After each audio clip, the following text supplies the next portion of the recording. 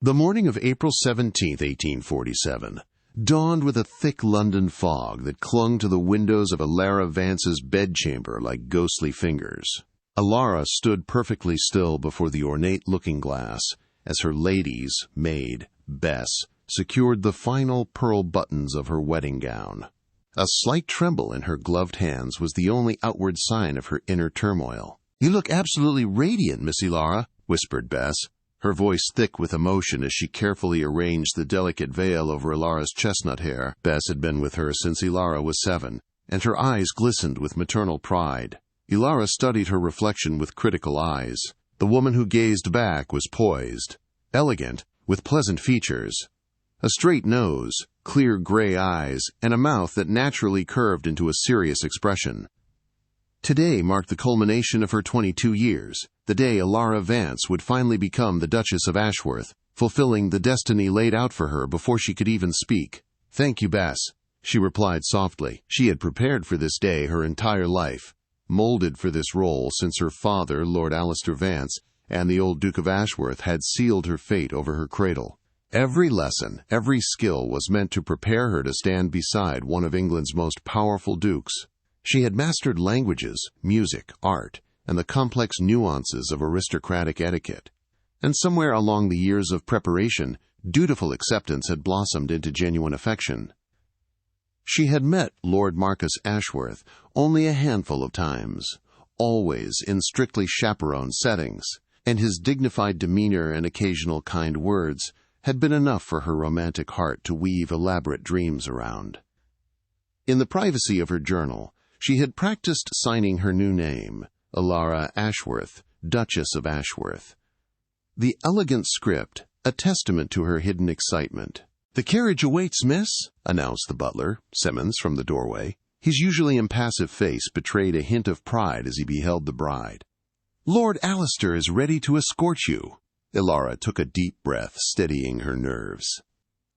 Bess carefully draped the floor-length veil over her face, a symbolic barrier between the maiden she had been and the woman she was about to become.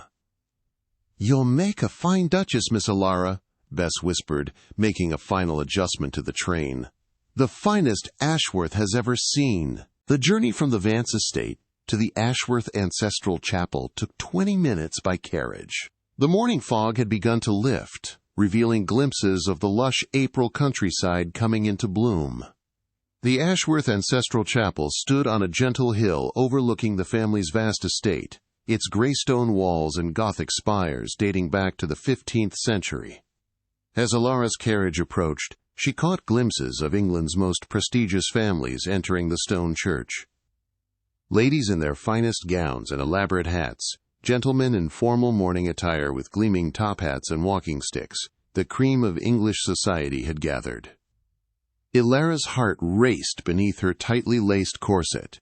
Through the carriage window she saw the Duke of Wellington himself, hero of Waterloo, ascending the chapel steps. Cabinet ministers, peers of the realm, even distant royal cousins, all had come to see Elara Vance fulfill the promise made at her birth. The carriage came to a stop before the chapel's ancient oak doors. Her father, Lord Alistair Vance, a stern man of 50, whose business acumen had elevated their family's status beyond their relatively recent title, stood waiting to help her descend. His salt and pepper hair was impeccably groomed, his expression one of satisfaction rather than paternal affection.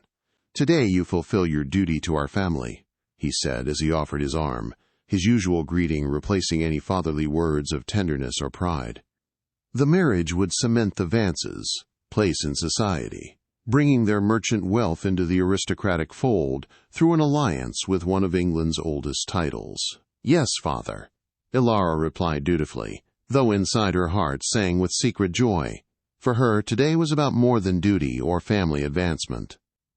It was about beginning her life with Marcus, the man who had occupied her thoughts for years. The chapel doors swung open to reveal the interior, transformed by hundreds of white roses and burning tapers. The assembled guests, nearly 300 of England's elite, rose to their feet as the string quartet began the wedding march. The ancient stone walls seemed to hold their breath as Elara took her first step down the aisle on her father's arm, her gaze fixed on Marcus's broad shoulders at the altar ahead. He stood tall and proud in his formal attire, his aristocratic profile handsome against the backdrop of stained-glass windows depicting his ancestors' military victories. The morning light filtered through the colored glass, casting a multicolored glow upon the scene. Elara was halfway down the aisle when she noticed her 17-year-old sister, Lady Serafina, seated in the front row. The younger Vance daughter looked particularly lovely in a gown of pale blue silk that complemented her fair coloring, her golden curls arranged fashionably beneath a hat adorned with forget-me-nots. Serafina caught her eye and smiled, but something in that smile, a knowing gleam perhaps, or a hint of secretive triumph, made Elara's step falter momentarily. Lord Alistair's grip on her arm tightened, urging her forward. The last few steps to the altar seemed to stretch endlessly as Elara's heart pounded with anticipation. Finally, they reached the front of the chapel, where the elderly vicar waited with an open prayer book. Lord Alistair placed Elara's hand on the prayer book, symbolically giving his daughter to the church and to her husband. Just as Elara took her place beside the groom, Marcus finally turned to face her. She expected to see warmth in his eyes, perhaps even admiration, as he beheld his bride for the first time on their wedding day. Instead, his expression was cold, distant, and determined. A chill that had nothing to do with the stone chapel's perpetual coolness ran through Elara's veins. Before the vicar could speak the first words of the marriage service, Marcus raised his hand in a gesture of interruption. "I must address the congregation," he announced, his voice echoing through the suddenly silent chapel. Elara stood frozen, still clutching her bouquet of white roses, lilies, and myrtle. The scent of the flowers suddenly seemed cloying, overwhelming. "I cannot proceed with this union," Marcus declared, each word falling like a stone into still water, sending ripples of shock through the assembled guests. Gasps and murmurs rose from the pews as fans fluttered with increased vigor.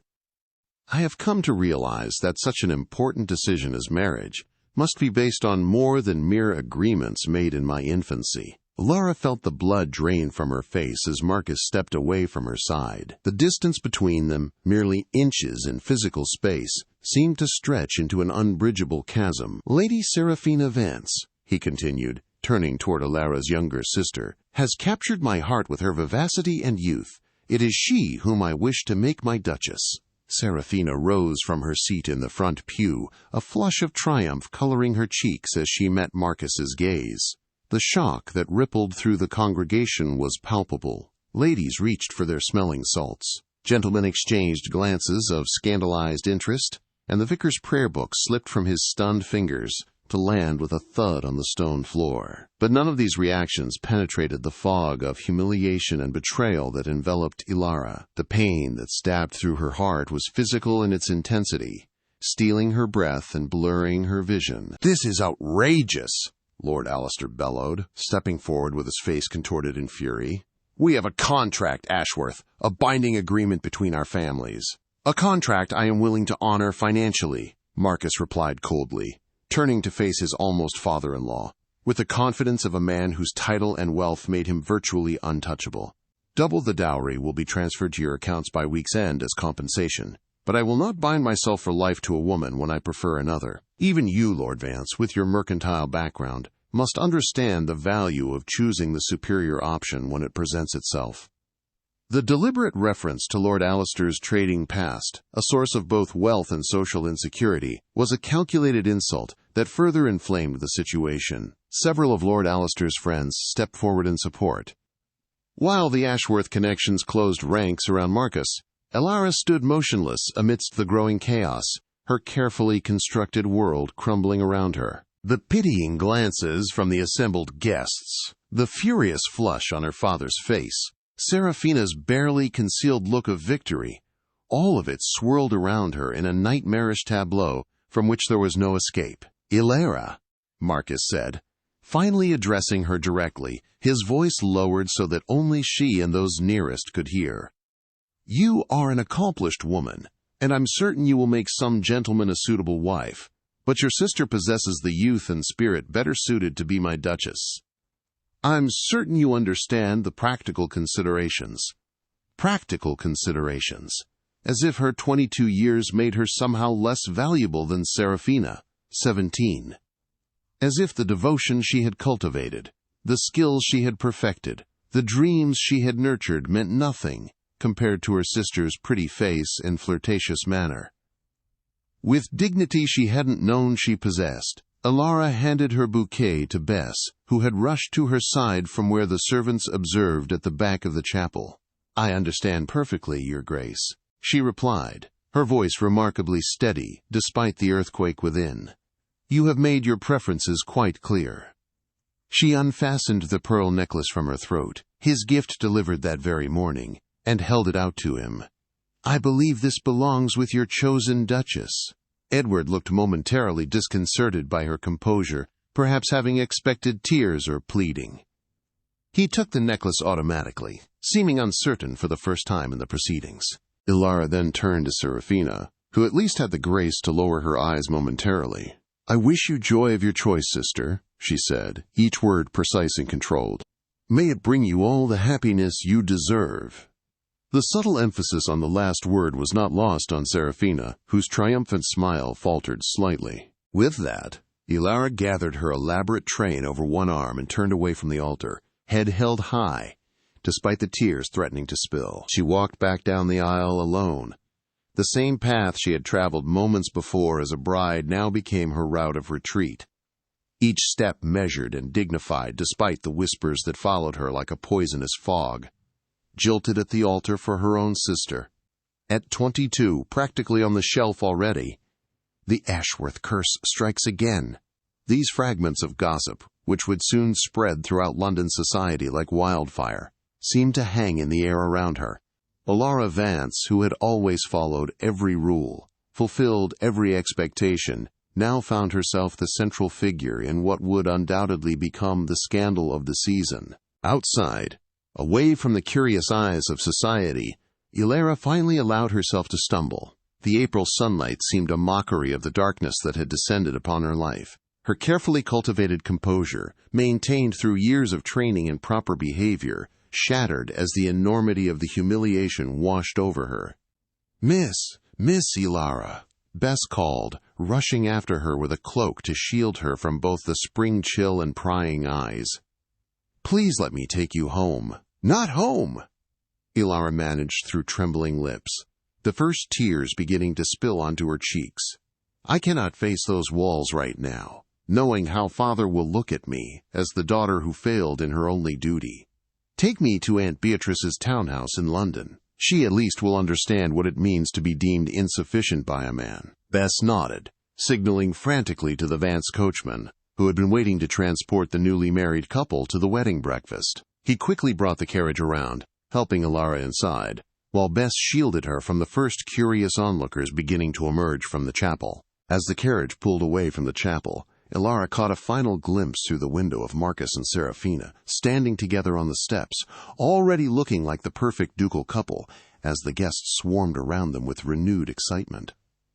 The scandal would be enormous, but Marcus's title and Serafina's youth and beauty would eventually smooth over the impropriety. Society always forgave the young, the beautiful, and the powerful.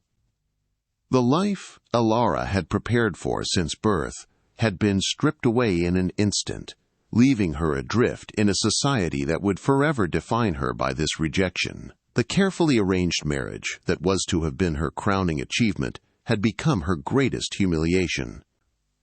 The skills she had acquired to be the perfect duchess now seemed as useless as a ship's sail in a desert.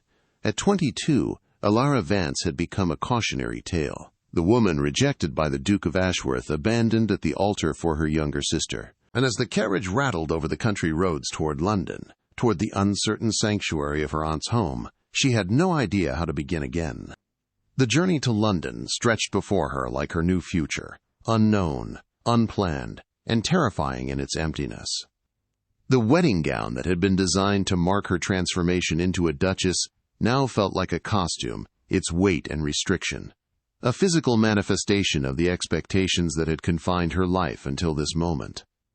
As the Ashworth estate disappeared behind them, Elara allowed herself something she had never permitted before, the freedom to weep openly with the abandonment of a woman who had lost everything she had been raised to value. In that carriage, racing away from her shattered dreams, Elara Vance began the painful process of discovering who she might become when all her careful preparation proved worthless, and the path laid out for her since birth suddenly vanished beneath her feet. The carriage journey from Ashworth Estate to London was a blur of green countryside, gradually giving way to the sprawling metropolis. Elara sat in numb silence, her wedding gown a cruel reminder of all she had lost. As London's buildings began to appear, the reality of her situation settled upon her shoulders like a physical weight. She was no longer a bride-to-be, no longer the future Duchess of Ashworth. She was now something far worse in Victorian society, a woman rejected, an object of pity and gossip.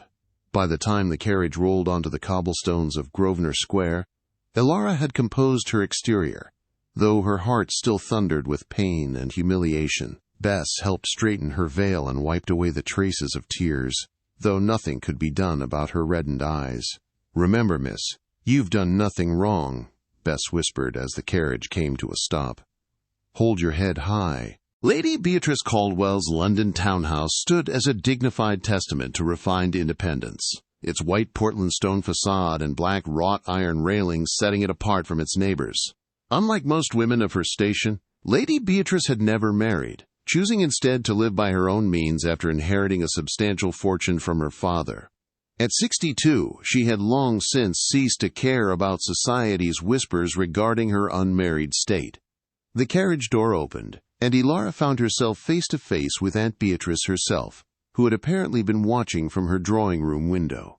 Tall and angular, with silver hair arranged in an unfashionably simple style, Lady Beatrice Caldwell cut an imposing figure on her doorstep.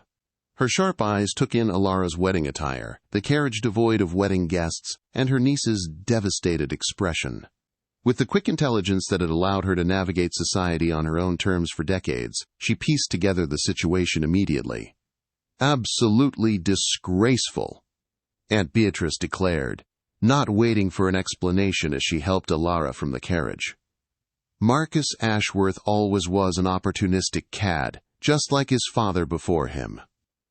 The old Duke tried to court me once, before settling for his cousin's fortune instead." The elderly woman's outrage on her behalf provided the first balm to Elara's wounded heart. At least someone believed the fault lay with Marcus, not with her supposed inadequacies. "Come, child," Aunt Beatrice continued, leading Elara inside with a protective arm around her waist. "What you need is a change of clothes, a pot of strong tea, and the knowledge that this humiliation will eventually pass. Jenkins," she addressed her butler, "have the blue guest chamber prepared for Miss Vance. She will be staying with us indefinitely." The butler, a dignified man who had served Lady Beatrice for 20 years, merely nodded, as if brides appearing on the doorstep in full wedding attire was a common occurrence. "Yes, my lady, and shall I have cook prepare a light luncheon?" "Indeed, and bring a tray of tea to my private sitting room immediately," Aunt Beatrice instructed, as she guided Elara up the marble staircase. Once in the privacy of Aunt Beatrice's sitting room, with its comfortable furnishings and walls lined with books, rather than the fashionable silk wallpaper found in most Mayfair homes, Elara finally allowed her rigid posture to crumble. "How can I ever face society again?" she whispered, removing her veil with trembling hands. "All of London will know by evening that Marcus Ashworth rejected me at the altar for Seraphina. How can it pass, Aunt?" Elara whispered, finally allowing her composure to crumble completely. "All of London witnessed my rejection. I am ruined." "Ruined?" Aunt Beatrice scoffed, removing her spectacles to polish them vigorously. "Hardly. You are merely freed from a most unfortunate match. In time, you'll see this as the blessing it truly is." "A blessing?" Elara's voice rose in disbelief. "To be humiliated before all of society. To watch my sister take the position I was raised to fill. How can you possibly call that a blessing?" "Because I have lived long enough to recognize prison cells, even when they're gilded with ducal coronets," her aunt replied calmly. Tell me truthfully, Elara, did you love Marcus Ashworth? Not the idea of him, not the role he represented, but the man himself. The question caught Elara off guard. She had spent so many years preparing to be Marcus's Duchess that she had rarely considered the man apart from his title.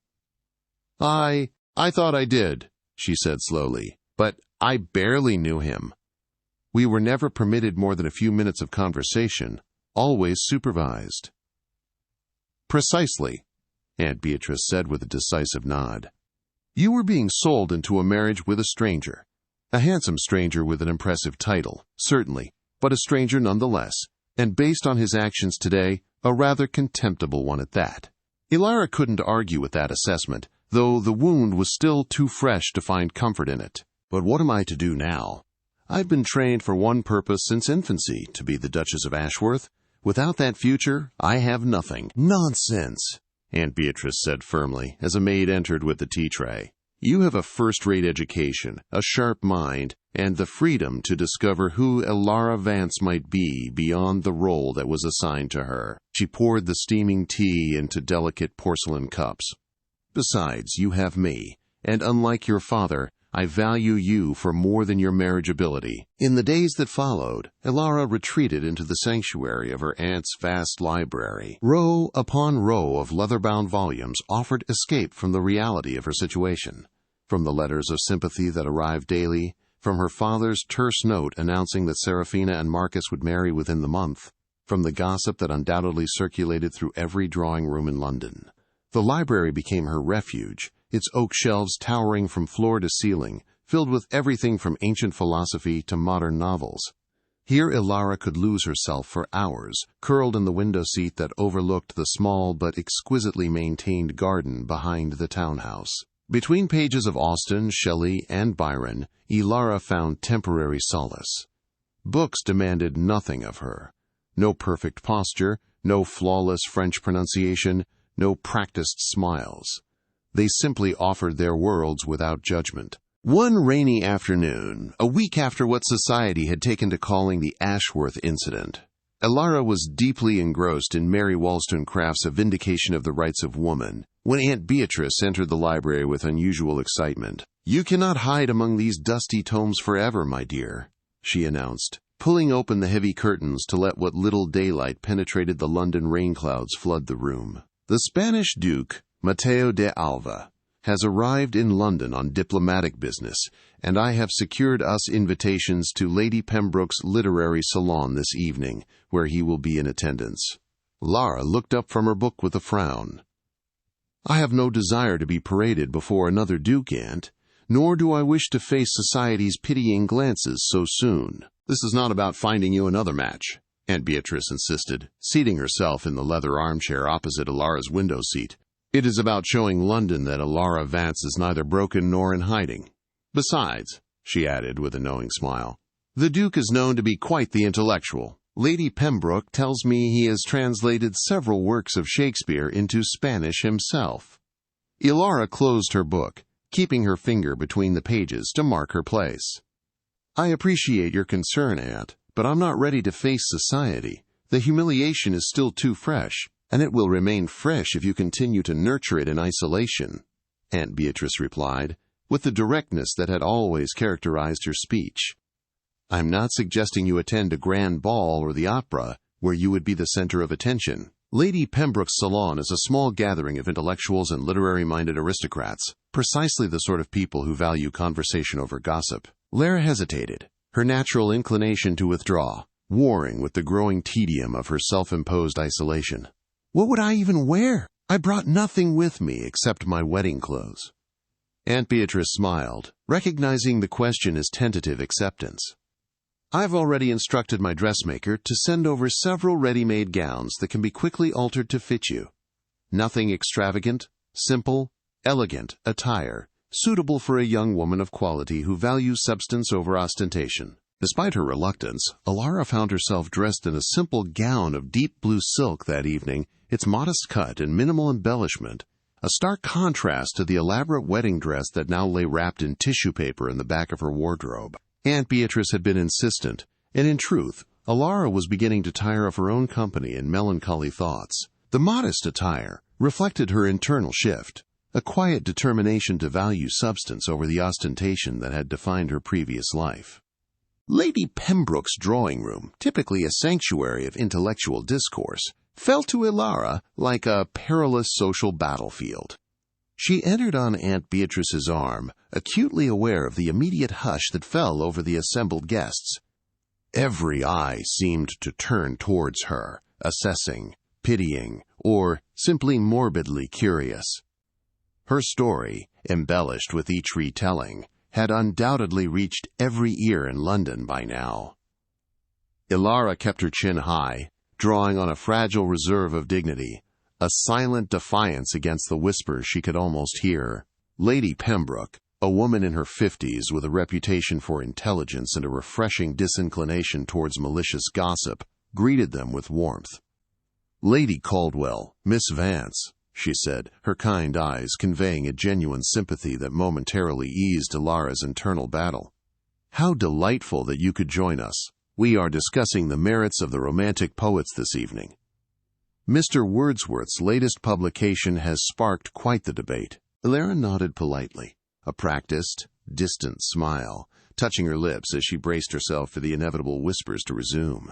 To her surprise, however, most guests seemed genuinely engaged in the literary debate rather than in her scandal. Perhaps Aunt Beatrice had been right about this particular gathering.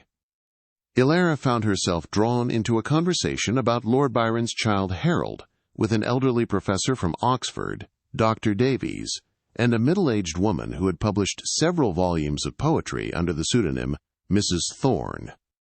The discussion was stimulating, requiring enough concentration that Elara momentarily forgot the crushing weight of her personal troubles.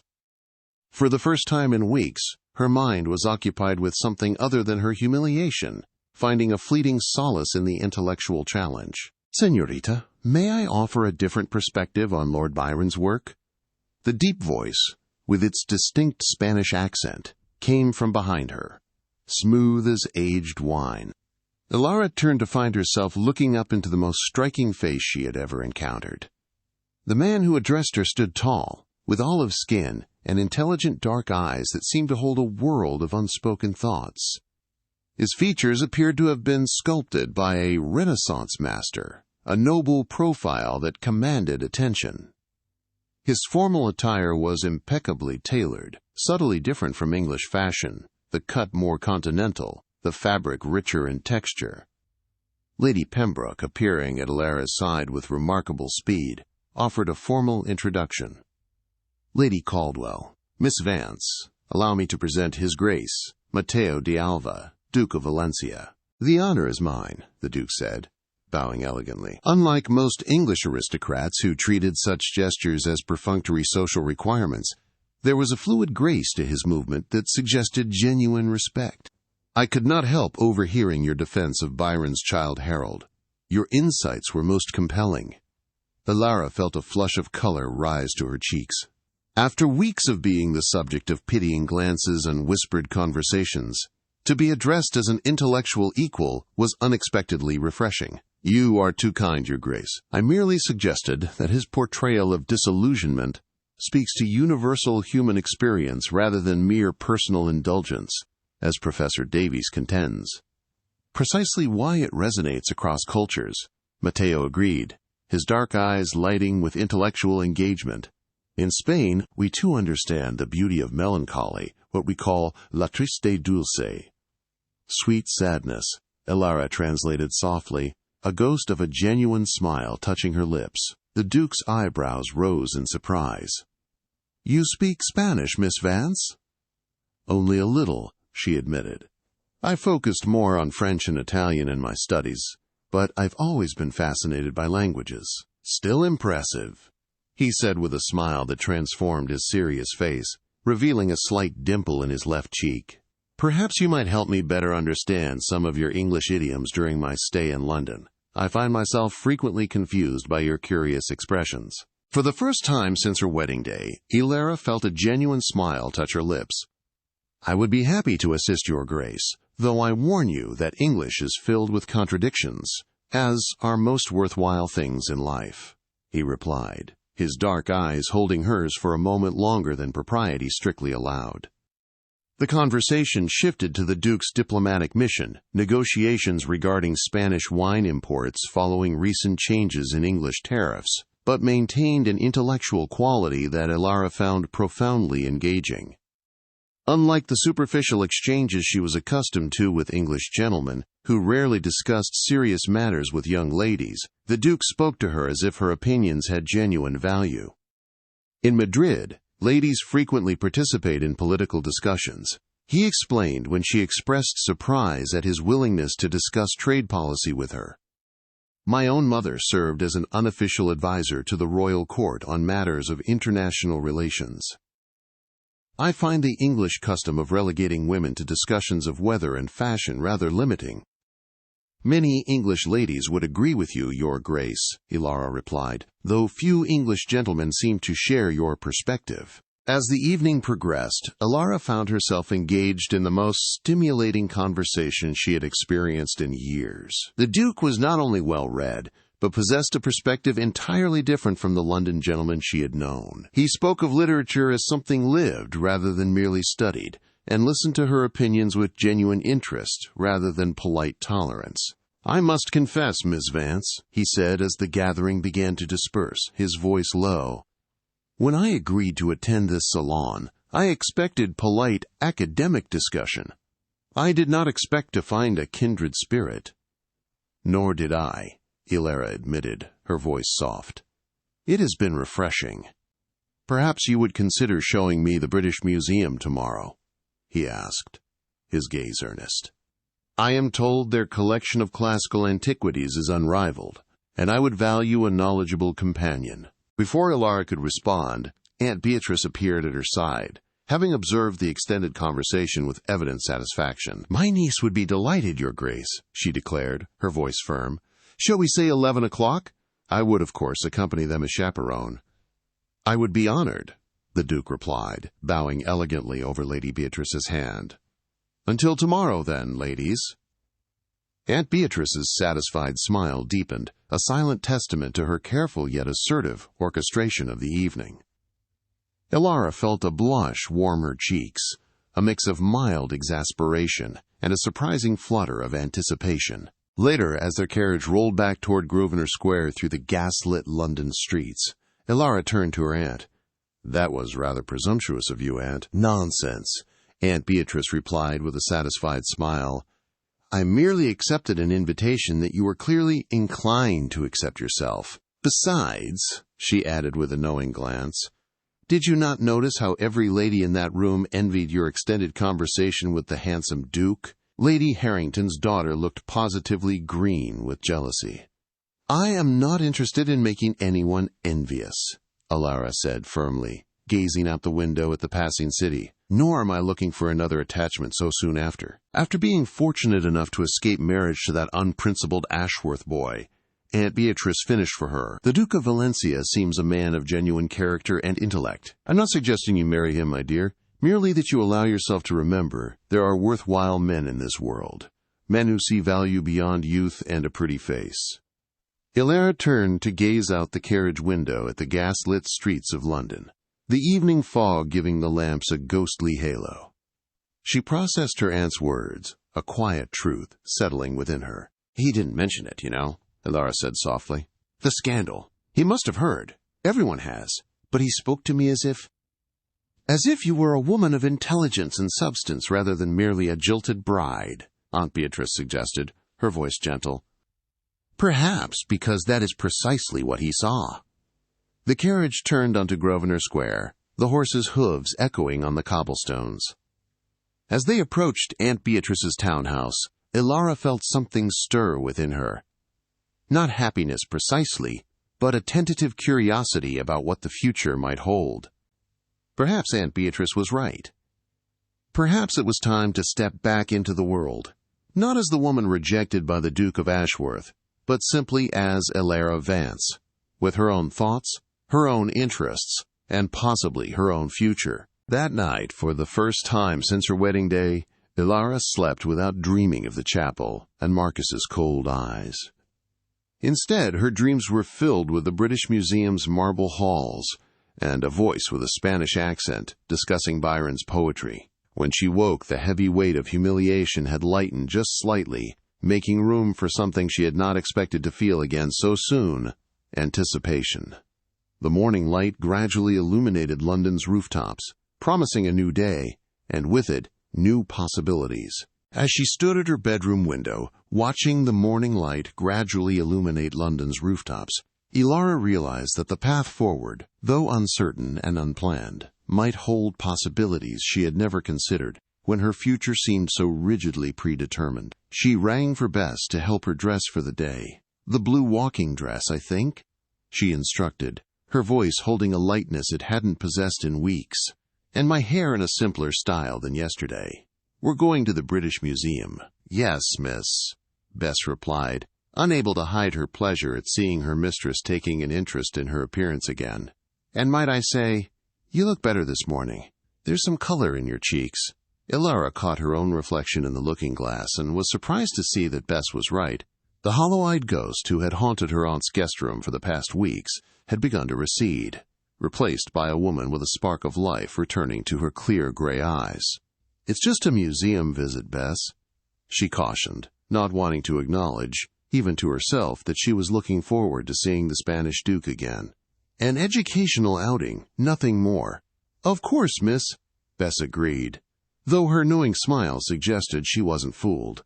As she arranged Elara's hair in a fashionable but understated style, she added, "Still, it's good to see you interested in something again. That's all I meant." By the time 11 o'clock approached, Elara found herself standing in the entrance hall, outwardly composed, but inwardly nervous in a way that had nothing to do with the prospect of facing society again. The Duke of Valencia had awakened something in her that she had thought permanently extinguished by Marcus's rejection. Curiosity about another person, and perhaps more surprisingly, curiosity about herself. She smoothed her skirts, took a deep breath, and tried to steady the unfamiliar flutter in her chest. When the door-knocker sounded precisely at 11, a small jolt went through her. The butler, Jenkins, opened the door to reveal Duke Mateo de Alva standing on the doorstep in morning attire, his carriage waiting at the curb. As he bowed over her hand in greeting, his dark eyes met hers with what seemed like genuine pleasure at seeing her again. "Miss Vance," he said, his accented voice somehow transforming her ordinary name into something melodic. "I have been looking forward to our expedition." "As have I, Your Grace," Elara replied, surprised to discover that she meant it. Behind her, Aunt Beatrice descended the stairs, ready for her role as chaperone, a knowing smile playing at the corners of her mouth as she observed the way the Duke looked at her niece. As they stepped out into the spring sunshine, the crisp April air invigorating, Elara realized that for the first time since that terrible day at the Ashworth Chapel, she was looking forward rather than back. The woman who had been rejected at the altar was beginning to recede, making way for a woman she was only just starting to discover, Elara Vance, not as she had been molded to be, but as she might choose to become. Aunt Beatrice's knowing smile deepened as she caught Mateo's admiring gaze directed at Elara. The visit to the British Museum marked the beginning of a transformation in Elara's life. What began as a simple cultural outing evolved into a series of encounters that gradually rekindled her spirit. As April's showers gave way to May's gentle sunshine, Elara found herself stepping further from the shadow of her humiliation and into a life she had never imagined possible. Over the following weeks, London society observed with growing interest as Miss Elara Vance was frequently seen in the company of the Spanish Duke. Their outings, always properly chaperoned by Lady Beatrice Caldwell, became the subject of speculation in drawing rooms across Mayfair. The very society that had pitied Elara now watched with curiosity as she appeared at select gatherings with the distinguished foreigner at her side. What began with their visit to the British Museum expanded to afternoons in the Royal Botanical Gardens, attendance at the Royal Academy's exhibition, and even a musical performance at St. James's Hall. To Elara's surprise, each encounter deepened her appreciation for Mateo's character and intellect. Unlike Marcus, who had barely spoken 10 sentences to her during their entire acquaintance, Mateo seemed genuinely interested in her thoughts. He asked questions about her opinions on everything from politics to poetry, and actually listened to her answers. More surprising still, he often deferred to her knowledge on matters of English culture and history, treating her as an intellectual equal rather than a decorative companion. Aunt Beatrice, observing from a discreet distance, would occasionally nod with quiet satisfaction. One particularly fine May afternoon found them strolling through Kew Gardens with Aunt Beatrice following at a discreet distance. The spring blooms were at their peak, filling the air with fragrance and painting the landscape in vibrant colors that seemed to reflect Elara's gradually reawakening spirit. In Spain, Mateo told her as they paused beside a particularly beautiful arrangement of exotic flowers, we have a saying, más vale buen entendimiento que grandes riquezas. A good understanding is worth more than great riches. That's lovely, Elara replied, watching a butterfly alight on a nearby bloom. Though I imagine many in English society would disagree, as would many in Spanish society, Mateo admitted with a wry smile that transformed his serious features. The nobility is not so different across borders, I'm afraid. We are all taught to value lineage and fortune above character.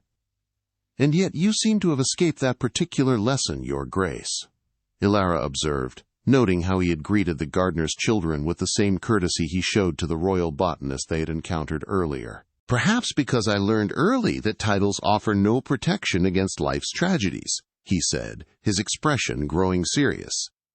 My parents died when I was 14, a boating accident off the coast of Valencia. I inherited the dukedom far too young, with only my grandfather's guidance to see me through. It made me understand that life is unpredictable and precious. We must seize happiness where we find it, not where convention dictates it should be. It also taught me to be cautious of anything that feels too convenient or arranged. I saw how easily political alliances could be manipulated through marriage, and I vowed never to bind myself that way. Elara's touched expression deepened as he spoke.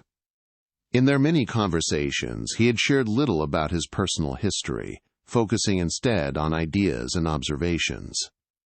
This glimpse into his vulnerability, his own reasons for caution, added a new layer to his character. They walked in comfortable silence for a moment, passing beneath a trellis heavy with climbing roses. The scent enveloped them, sweet and intoxicating in the warm afternoon air.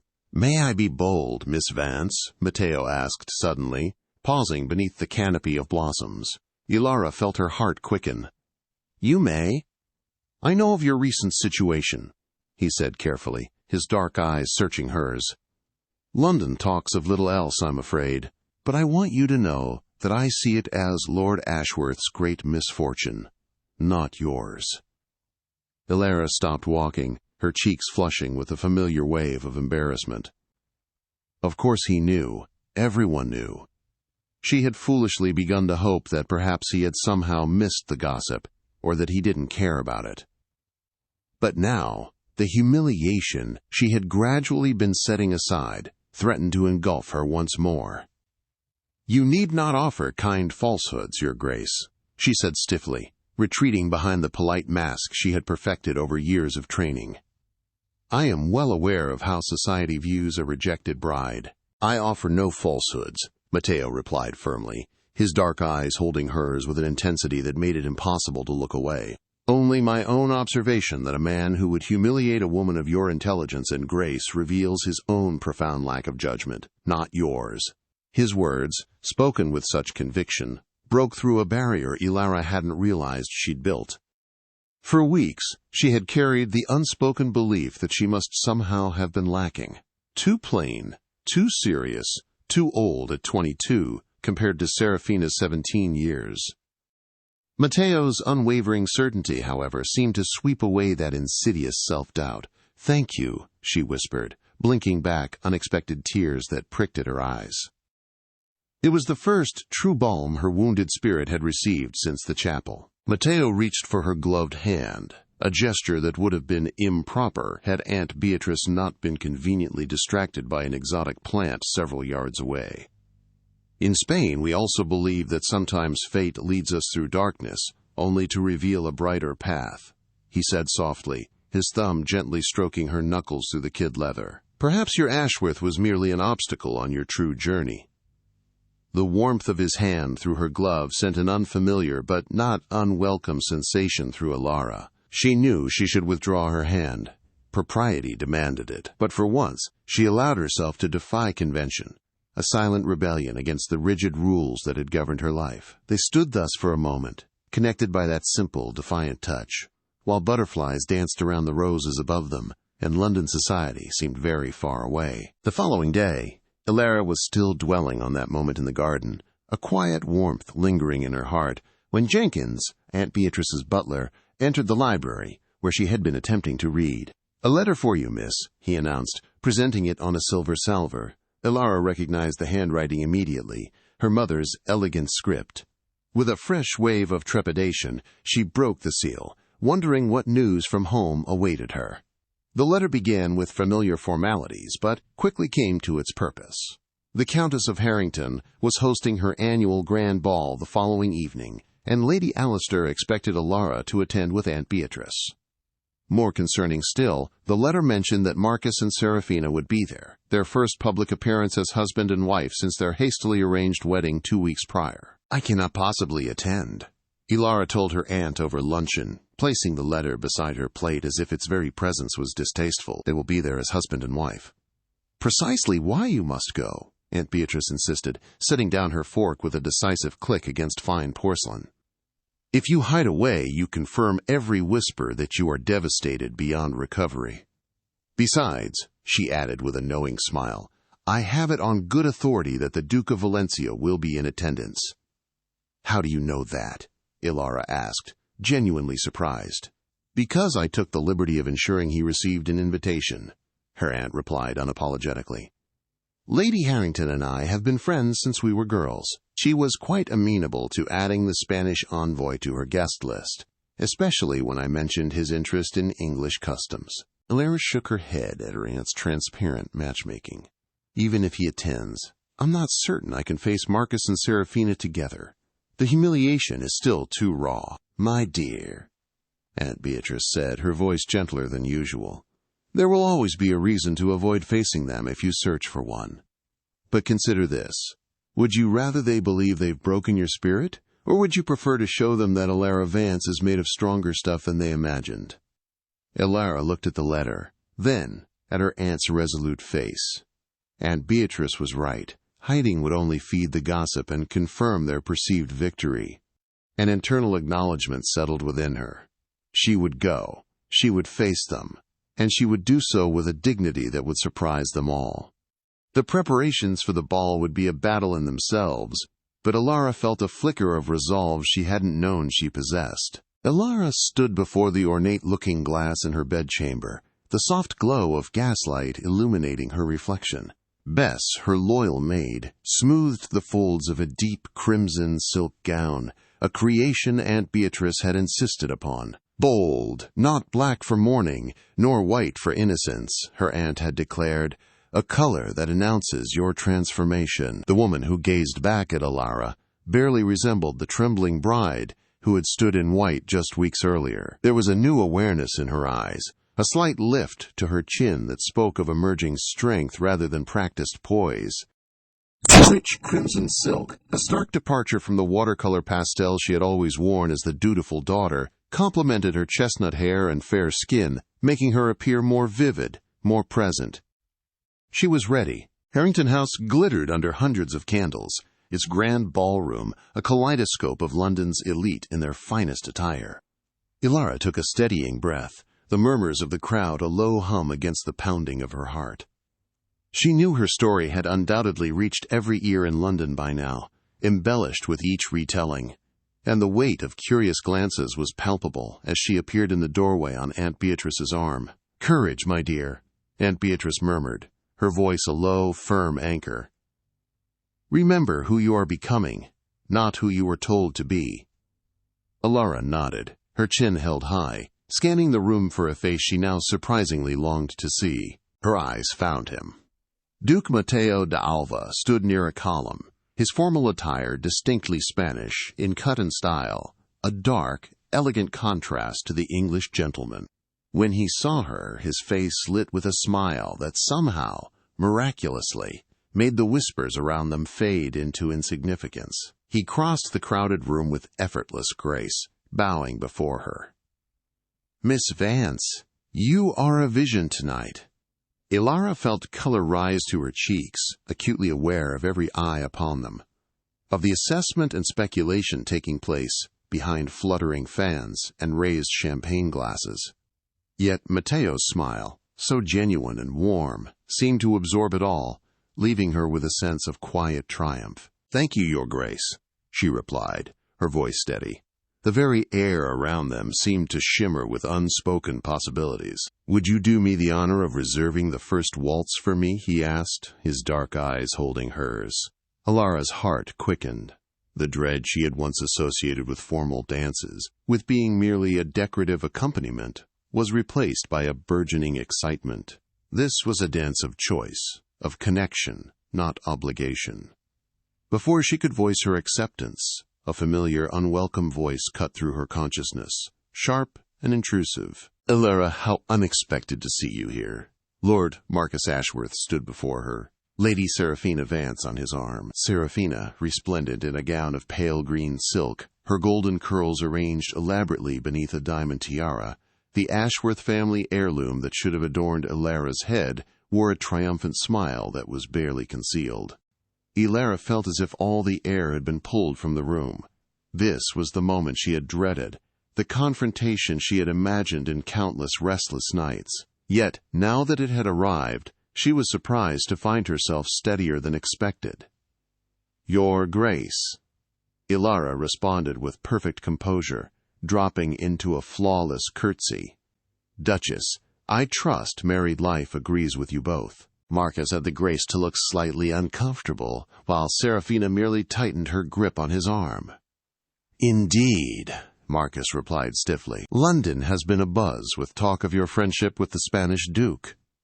Elara felt Mateo stiffen subtly beside her. "Allow me to make introductions," she said smoothly, turning to Mateo.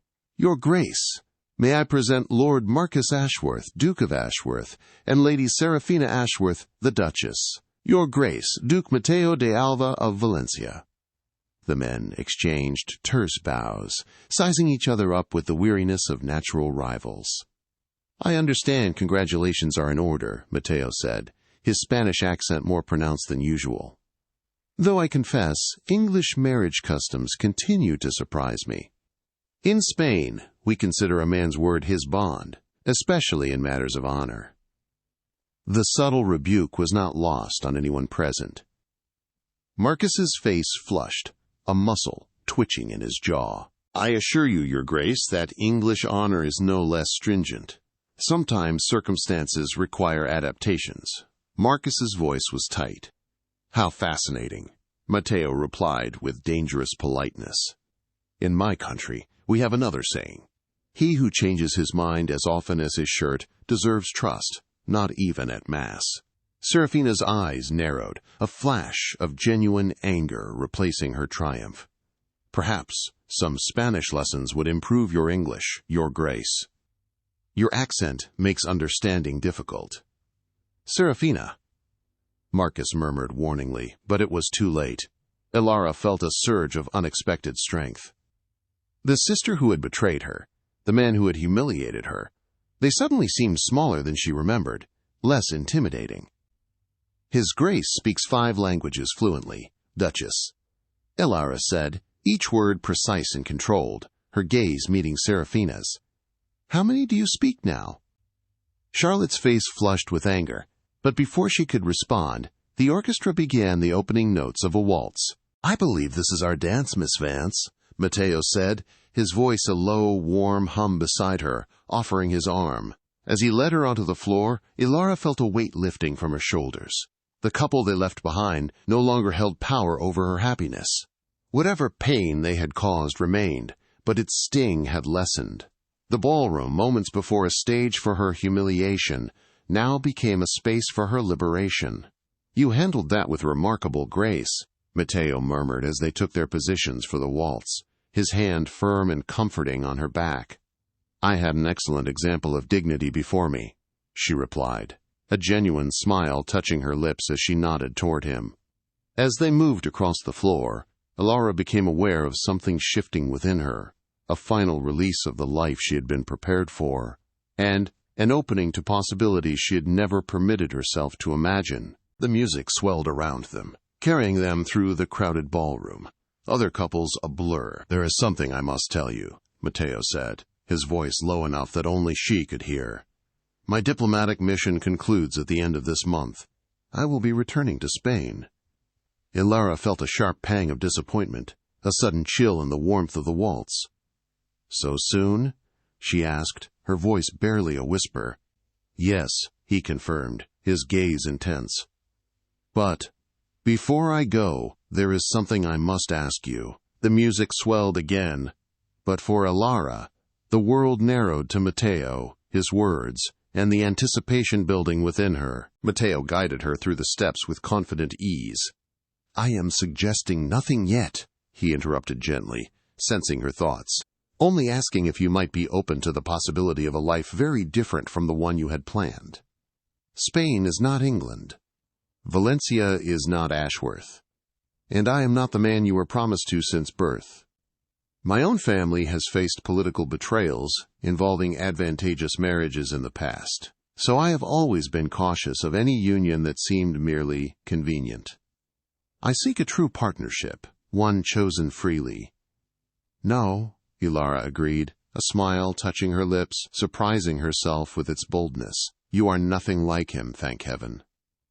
Mateo's eyes widened at her response, then crinkled with pleasure, a slight dimple appearing in his left cheek. "Does that mean you might consider my offer?" he asked, his voice still low, full of hopeful anticipation.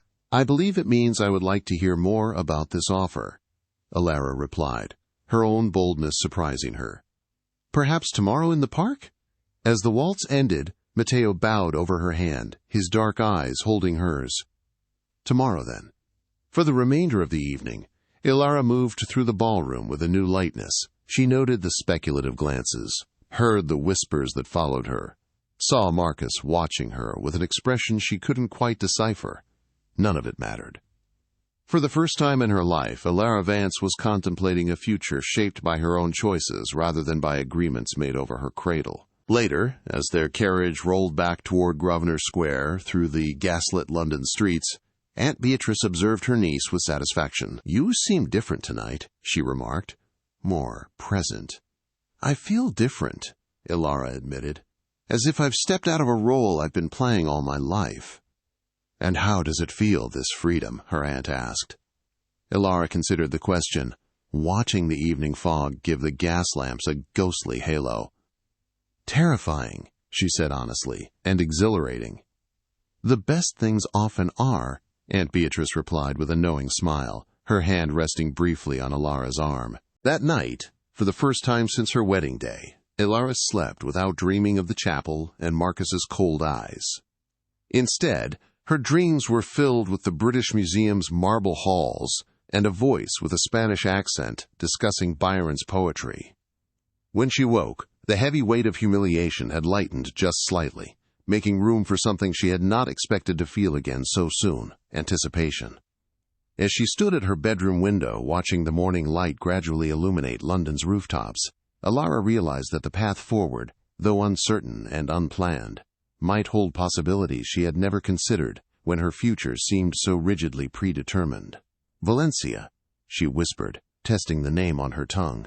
The word itself sounded like freedom, like possibility. She felt alive, as if she'd been sleepwalking all these years and had finally awakened. The following morning dawned bright and clear.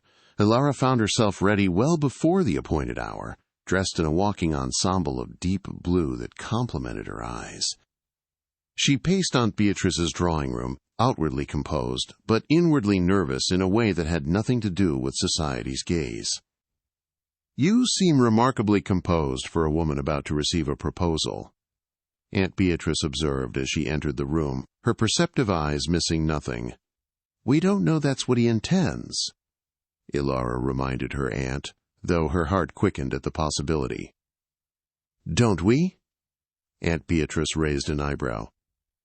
"The man has called upon you nearly every day for 3 weeks, and looks at you as though you've personally hung the moon and stars. If that isn't a man on the verge of a proposal, I've misread every romance since King George was in short pants." Elara smiled at her aunt's characteristic bluntness. "Even if you're right, I'm not certain what my answer should be. Spain is so far away and so different from everything I know." "Which might be precisely what you need," her aunt replied thoughtfully, settling into her favorite armchair. "But what about you?" Elara asked, a note of concern in her voice. "What about my family?" "I have survived 62 years quite successfully on my own," Aunt Beatrice replied dryly. "I dare say I can manage without you, though I would miss you terribly. As for your family, Elara," she hesitated, her gaze softening slightly. "Your father sees you primarily as a failed investment, and your sister has betrayed you in the most personal way imaginable. Perhaps distance from them would not be entirely unwelcome." Elara knew the truth in her aunt's words, sharp as they were. Her family's expectations had been a cage, however gilded. The thought of true liberation, even from those bonds, was both frightening and exhilarating. Before Elara could respond, Jenkins announced the arrival of the Duke of Valencia. Elara smoothed her skirts, took a deep breath, and prepared to face a future she had never imagined. When Mateo entered the drawing room, Elara was struck once again by how his presence affected her. It wasn't merely his handsome features or his title. She had been raised among handsome aristocrats all her life. Rather, it was the quality of his attention, the sense that when he spoke with her she was truly seen. "Miss Vance," he said, bowing over her hand. "Lady Caldwell, you both look radiant this morning. Flattery will get you everywhere, Your Grace." Aunt Beatrice replied with unusual warmth, her eyes twinkling as she observed the way the Duke looked at her niece. They walked through Hyde Park at a leisurely pace, Aunt Beatrice maintaining a discreet distance behind them, close enough for propriety, far enough for private conversation. The park was filled with fashionable Londoners taking their morning exercise, many of whom observed the trio with undisguised curiosity. "I've been thinking about what you said last night," Elara began when they reached a secluded bend in the path overlooking the Serpentine. "And I have been thinking of little else," Mateo admitted, a hint of vulnerability in his voice. "Perhaps I was too forward. If so, No," Elara interrupted gently. "You weren't too forward. In fact, your honesty has been refreshing. All my life, I've lived with careful words and hidden meanings. You speak directly, and I value that more than I can express." Mateo smiled, visibly relieved, his dark eyes lighting up. "Then, may I continue to be direct?" When Elara nodded, he reached into his coat and withdrew a small leather case. He opened it to reveal an exquisite ring, a deep blue sapphire surrounded by diamonds. "This belonged to my mother," he said, his voice soft. "In Spain, we consider sapphires symbols of loyalty and truth, values I have found abundantly in you, Elara." He took her hand, his expression solemn yet filled with warmth. "I did not come to England seeking a bride. I came on diplomatic business, expecting nothing more than tedious negotiations and formal dinners. My family's history, marred by a past political betrayal involving an arranged marriage, made me wary of such unions. Instead, I found a woman of extraordinary character, intelligent, kind, and stronger than even she knows. Your integrity, Elara, has shown me that not all connections are born of convenience or deceit." He knelt before her there on the gravel path, heedless of his immaculate trousers. "Elara Vance, would you do me the great honor of becoming my wife, not because of arrangements made in your childhood, but because we choose each other freely as equals?" Time seemed to still around them, the gentle lap of water against the lake shore, the distant calls of children playing, the rustle of leaves overhead, all faded into insignificance as Elara looked into the eyes of the man before her. In that moment of perfect clarity, Elara realized that the answer had been forming within her heart since their first meeting. Mateo had entered her life when she believed herself defined by rejection, and had instead helped her discover her own worth beyond the role she had been raised to fill. With Mateo, she glimpsed the possibility of a life built on mutual respect and genuine affection rather than duty and social expectation. "Yes," she whispered, then more firmly, "Yes, I will marry you, Mateo." His face transformed with joy as he rose to slip the ring onto her finger. It fit perfectly, as if it had been made for her hand alone. "For you have made me the happiest of men," he said, raising her gloved hand to his lips. From behind them came the sound of applause. Aunt Beatrice, abandoning all pretense of not eavesdropping, approached with a broad smile. "Well done, Your Grace," she declared. "I was beginning to fear I'd need to drop more obvious hints." "Aunt!" Elara protested, blushing furiously, but a profound peace settled over her. "What?" "I'm an old woman with no time for unnecessary delays," Aunt Beatrice replied unapologetically. "Now, shall we discuss wedding plans? I suggest a small, elegant ceremony before you depart for Spain. No sense giving the gossips more time to wag their tongues." As they walked back through the park, arm in arm, Elara was conscious of the curious glances directed their way. By evening, all of London would know that the woman rejected by one duke had captured the heart of another, more distinguished one. The narrative was too romantic, too satisfying for even the most cynical socialites to resist.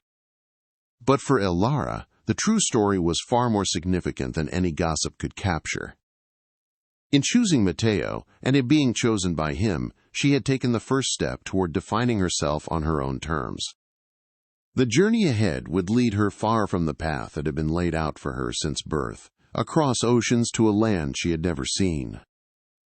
Yet, she felt anticipation, not fear, for her unknown future. As they reached the park gates, Elara caught sight of a familiar carriage passing by, the Ashworth crest emblazoned on its door. Through the window she glimpsed Marcus's profile, his attention focused on some document in his hands, unaware of her presence.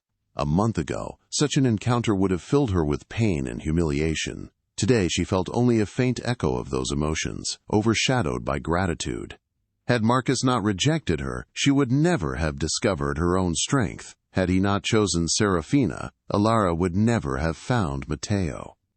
The past was a passing shadow, unable to dim the brilliant light of her present. Sometimes, she reflected as they continued their walk, what appears to be a cruel twist of fate is merely the beginning of a better story. Mateo squeezed her hand, as if reading her thoughts. "Indeed, a story you choose to write yourself." They walked, arm in arm, ready for their chosen future, the spring sunshine warming their faces. The news of Elara Vance's engagement to the Spanish Duke spread through London society with remarkable speed. By evening, every drawing room buzzed with the story, how the woman rejected by one duke had captured the heart of another, more distinguished one. The narrative was too romantic, too satisfying for even the most cynical socialites to resist. Even the Morning Post carried a small announcement the following day, noting the fortuitous alliance between an esteemed English family and Spanish nobility. Elara Monroe, once a cautionary tale, was now a triumph. For Elara, however, the days following her engagement existed in a separate reality from society's gossip. Each morning brought a fresh awareness of the sapphire that now adorned her hand. Not a symbol of duty like the pearls Marcus had given her on their wedding day, but a token of genuine affection and mutual choice. Lord Alistair Vance, upon receiving Mateo's formal request for Elara's hand, responded with characteristic pragmatism. "A Spanish dukedom is certainly acceptable," he wrote in his reply, delivered by messenger to Aunt Beatrice's townhouse. "Though I trust the financial arrangements will be thoroughly documented before any ceremony takes place." Elara read her father's letter with a mixture of amusement and resignation. "He hasn't changed," she told Mateo as they sat together in Aunt Beatrice's drawing room, reviewing their plans for the small wedding that would take place before their departure for Spain. "Everything remains a transaction to him." Lord Alistair's pragmatic reply to Mateo's formal request for Elara's hand lay on Aunt Beatrice's mahogany table, a stark reminder of the transactional nature of his world. Elara picked it up, a faint smile touching her lips. "He hasn't changed," she murmured, handing the letter to Mateo. Everything remains a transaction to him. Mateo gently took the letter, his dark eyes meeting hers with profound understanding. He covered her hand with his touch a warm counterpoint to the cold words on the page. "Then we must be grateful that our marriage will be something far more meaningful," he replied softly. "In Spain we have a tradition of las arras matrimoniales, 13 gold coins the groom gives to the bride during the ceremony, symbolizing his commitment to her welfare, his promise to share all he possesses, spiritual and material." Elara's gaze softened. "That's lovely. I would give you 13,000 if it meant securing your happiness," Mateo continued, his voice a low, steady rumble. "But I suspect your happiness cannot be purchased with gold." "No," Elara agreed, her voice barely a whisper. "It cannot. Though I confess I'm curious about all the Spanish traditions we'll incorporate into our ceremony." Mateo's smile was warm and genuine. "We will blend the best of both our cultures, mi amor," he promised, his thumb gently stroking the back of her hand, "just as we will in our life together. The strength of your English heritage, the vibrancy of my Spanish home." Elara's heart swelled with a sense of adventure she had never permitted herself to feel before. "I would like that very much," she said, her voice filled with a quiet excitement. To create something entirely new, something uniquely ours. Soon after, Aunt Beatrice joined them, her spectacles perched on her nose, as she reviewed the initial wedding plans with remarkable efficiency, her pen scratching notes on a sheet of parchment. "A small, elegant ceremony at St. George's in Hanover Square," Aunt Beatrice declared, tapping her pen on the paper, "the first week of June, allowing just enough time for proper announcements and necessary documents, but not so long that London society would have excessive opportunity to speculate or interfere." Elara frowned slightly. "A month is rather quick, Aunt. Will it appear unseemly?" Aunt Beatrice scoffed, dismissing her concern with a wave of her hand. "Nonsense. It's perfectly respectable for a woman of your age, particularly given the circumstances. Besides, the Duke's diplomatic duties require his return to Spain. Would you prefer a long engagement conducted primarily through correspondence?" Elara had to admit she would not. After spending her entire life waiting to fulfill a predetermined destiny, the idea of further delay held little appeal. This swiftness, she realized, was a kind of freedom. In the days that followed, Elara's chamber became a flurry of purposeful activity. Her mornings were filled with Bess, assisting her in selecting a modest but elegant trousseau suitable for the Spanish climate, lighter fabrics, vibrant colors she had never dared to wear in England. Afternoons found her in Aunt Beatrice's library, poring over books about Valencia's history and customs, and practicing her Spanish with Mateo's patient guidance. He corrected her pronunciation with gentle amusement, delighted by her quick grasp of the language. Evenings often included small social gatherings where she and her fiancé were the objects of intense curiosity and, increasingly, genuine good wishes. The whispers still followed her, but now they carried a note of fascination rather than pity. "You seem happy," observed Lady Pembroke during one such gathering, a musical evening at which Elara had just performed a Spanish folk song Mateo had taught her, her voice clear and surprisingly strong. "Genuinely happy, not merely resigned or composed." Elara smiled, a radiant, unforced smile. "I am, Lady Pembroke," she replied, surprised by the profound truth of the realization. "I never expected to find such joy after that Ashworth boy's foolishness," Lady Pembroke supplied, her knowing smile softening. "My dear, sometimes the greatest blessings arrive disguised as disappointments. I suspect in 10 years' time you'll look back on that day at the altar as the most fortunate escape of your life." 3 days before their wedding, scheduled as a modest ceremony at St. George's in Hanover Square, an unexpected visitor arrived at Lady Beatrice's townhouse. "Lord Marquis Ashworth requests an audience with Miss Monroe," Jenkins announced, his voice betraying a hint of disapproval. Elara, who had been reviewing Spanish phrases with Mateo's patient guidance in the library, looked up in surprise, her heart giving a startled thump. "Marcus is here? Alone?" Jenkins confirmed with a significant glance. Elara exchanged a look with her aunt, who nodded grimly. "Show him into the small parlor, Simmons. I shall receive him there." Mateo rose, concern evident in his expression. "Are you certain? I could accompany you." Elara paused, then shook her head. No, this is a conversation I need to have alone, Mateo, to properly close that chapter of my life. Mateo's dark eyes searched hers. As you wish. Am I, amor? But I will be close by if you need me. Elara touched his cheek gently. I know. And that makes all the difference. Edward stood stiffly by the window when Elara entered the parlor, his back to the door as he gazed out at the square. The afternoon sun illuminated his golden hair and broad shoulders, the same figure that had once dominated her dreams and expectations. He turned at the sound of the door, and she was struck by how diminished he seemed compared to her memories. Still handsome, still aristocratic, but somehow less imposing than the man who had occupied her imagination for years. Elara, he began, then corrected himself. Miss Monroe, thank you for agreeing to see me. What brings you here, Your Grace? Elara asked, maintaining a polite distance. She deliberately kept her left hand, adorned with Mateo's sapphire engagement ring, visible as she clasped her hands before her. Marcus's eyes flickered to the ring before returning to her face. I've come to offer my congratulations on your engagement. The Duke of Valencia is well respected in diplomatic circles. Thank you, Elara replied simply. Though I doubt you came merely to convey congratulations that could have been expressed at any social gathering. A flicker of the old Marcus, imperious, slightly impatient, crossed his face before he mastered it. No, I wanted to speak with you privately, to explain. There's no need, Elara interrupted gently. Your actions at our wedding were explanation enough. Were they? Marcus challenged, a hint of the entitled young man she had once idealized creeping into his tone. Do you truly understand why I made that choice?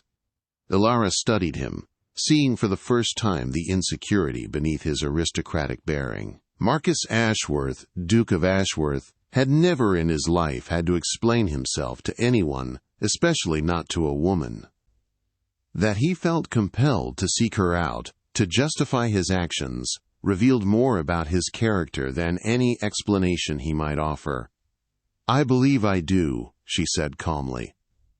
Serafina was younger, more vivacious, perhaps more biddable. She represented a better opportunity to secure your bloodline with numerous heirs, a practical choice for a man concerned primarily with practical matters. Marcus looked taken aback. You've changed, he observed. Yes, Elara agreed simply. I have. A silence stretched between them, filled with all that could not be said. How his rejection had broken her, how she had rebuilt herself into someone stronger, how that strength had allowed her to recognize a love far deeper than anything she had imagined feeling for him. I did not come to justify my actions, Marcus said after an awkward pause. I came because Serafina is not well. The transition to duchesshood has been difficult for her. She struggles with the responsibilities, the expectations. Elara felt a pang of sympathy for her sister despite everything. Serafina had been raised as the pretty, charming younger daughter, never expected to shoulder the burdens that Elara had been trained for since birth. I'm sorry to hear that, Elara replied, her voice soft, but I fail to see how this concerns me. You were trained for that role your entire life, Marcus said, a note of desperation entering his voice. You would have managed it flawlessly. I realize now that perhaps I acted hastily. Your abilities were, perhaps, undervalued. The implication hung in the air between them. Elara regarded him with newfound clarity. Are you suggesting that you regret your choice? She asked quietly. Marcus did not answer directly. I merely wish to convey that your abilities were perhaps undervalued. Elara felt a surge of emotion, not the heartbreak or vindication she might once have expected, but a profound sense of closure. 3 months ago, those words would have meant everything to me, she said softly. Today they mean nothing at all. I wish you and Serafina every happiness, Marcus. Truly, but my future lies elsewhere. She moved toward the door, pausing with her hand on the handle. Perhaps you might try seeing Serafina as more than a young, pretty bride. She has strengths of her own, different from mine. If you look for them, you might find a true partner rather than merely a duchess. Marcus stared at her, astonishment evident in his features. You've become quite philosophical, Elara. Not philosophical, she corrected him with a small smile. Simply wiser about what truly matters in life.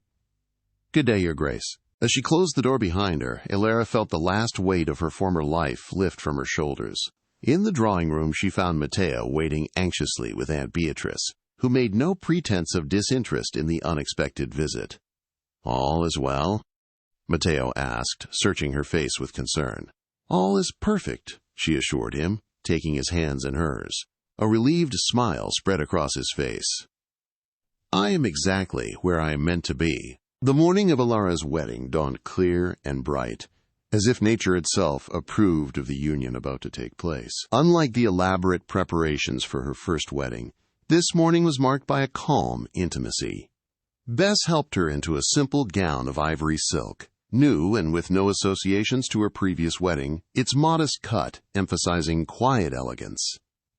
Aunt Beatrice supervised the arrangement of orange blossoms in her hair, a nod to both English tradition and the Spanish groves awaiting her. No veil this time, Elara had decided. I want nothing hidden between us.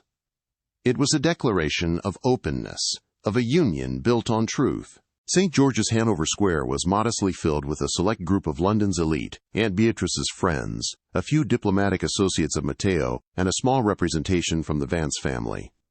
Lord and Lady Alistair sat stiffly in the front pew, their expressions a mixture of resignation and calculation. Serafina was conspicuously absent, having pleaded a sudden illness that prevented her attendance. As the organ played, Isabella walked down the aisle on her father's arm, her steps sure and her heart steady. Unlike the first time she had traversed this path, today she moved not toward a stranger and a duty, but toward a man she had chosen, and who had chosen her. Mateo waited at the altar, his dark eyes never leaving her face as she approached. When Lord Alistair placed her hand in Mateo's, Elara felt not the transfer of property from one man to another, but the joining of equals embarking on a shared journey. The priest, an elderly man with kind eyes, began the service, when he asked, "Who giveth this woman to be married to this man?" Lord Alistair answered with formal correctness, his voice steady. But Elara knew the truth. She gave herself freely and with clear eyes. As she spoke her vows in the sunlit church, her gaze never left Mateo's face, the face of a man who had chosen her for herself, not for duty or bloodlines or social expectations. When Mateo slipped the gold band onto her finger to join the sapphire engagement ring, his hands were steady and warm, a comforting weight. "With this ring I thee wed," he said in his accented English, his voice resonating with sincerity. Then he added softly in Spanish, his eyes holding hers, "Con este anillo te doy mi corazón y mi vida." With this ring I give you my heart and my life. Elara felt a profound sense of peace and belonging settle deep within her, a warmth that chased away all lingering shadows of the past. After the ceremony, a small reception was held at Aunt Beatrice's townhouse. As Elara moved among the guests on her husband's arm, the word husband still new and wonderful in her mind. She caught her father's eye across the room. Lord Alistair, ever inscrutable, raised his glass slightly in acknowledgement.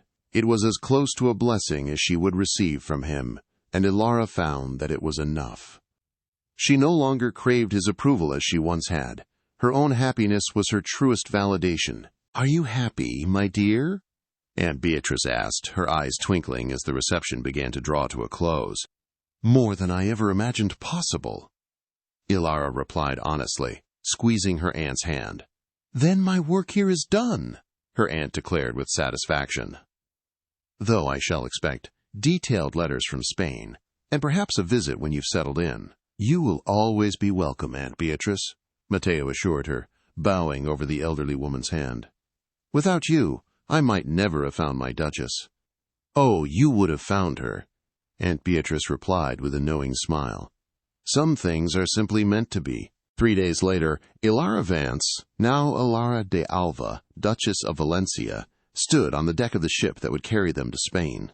The English coastline was gradually receding behind them, growing smaller with each passing minute, a faint, misty silhouette against the morning sky. The June breeze carried the scent of salt and promise, ruffling the loose tendrils of hair that had escaped her bonnet. Mateo's arm was secure around her waist. "Any regrets?" he asked softly, his voice a gentle murmur against the sounds of the sea. Elara turned to look at him, this man who had recognized her worth when she had nearly forgotten it herself.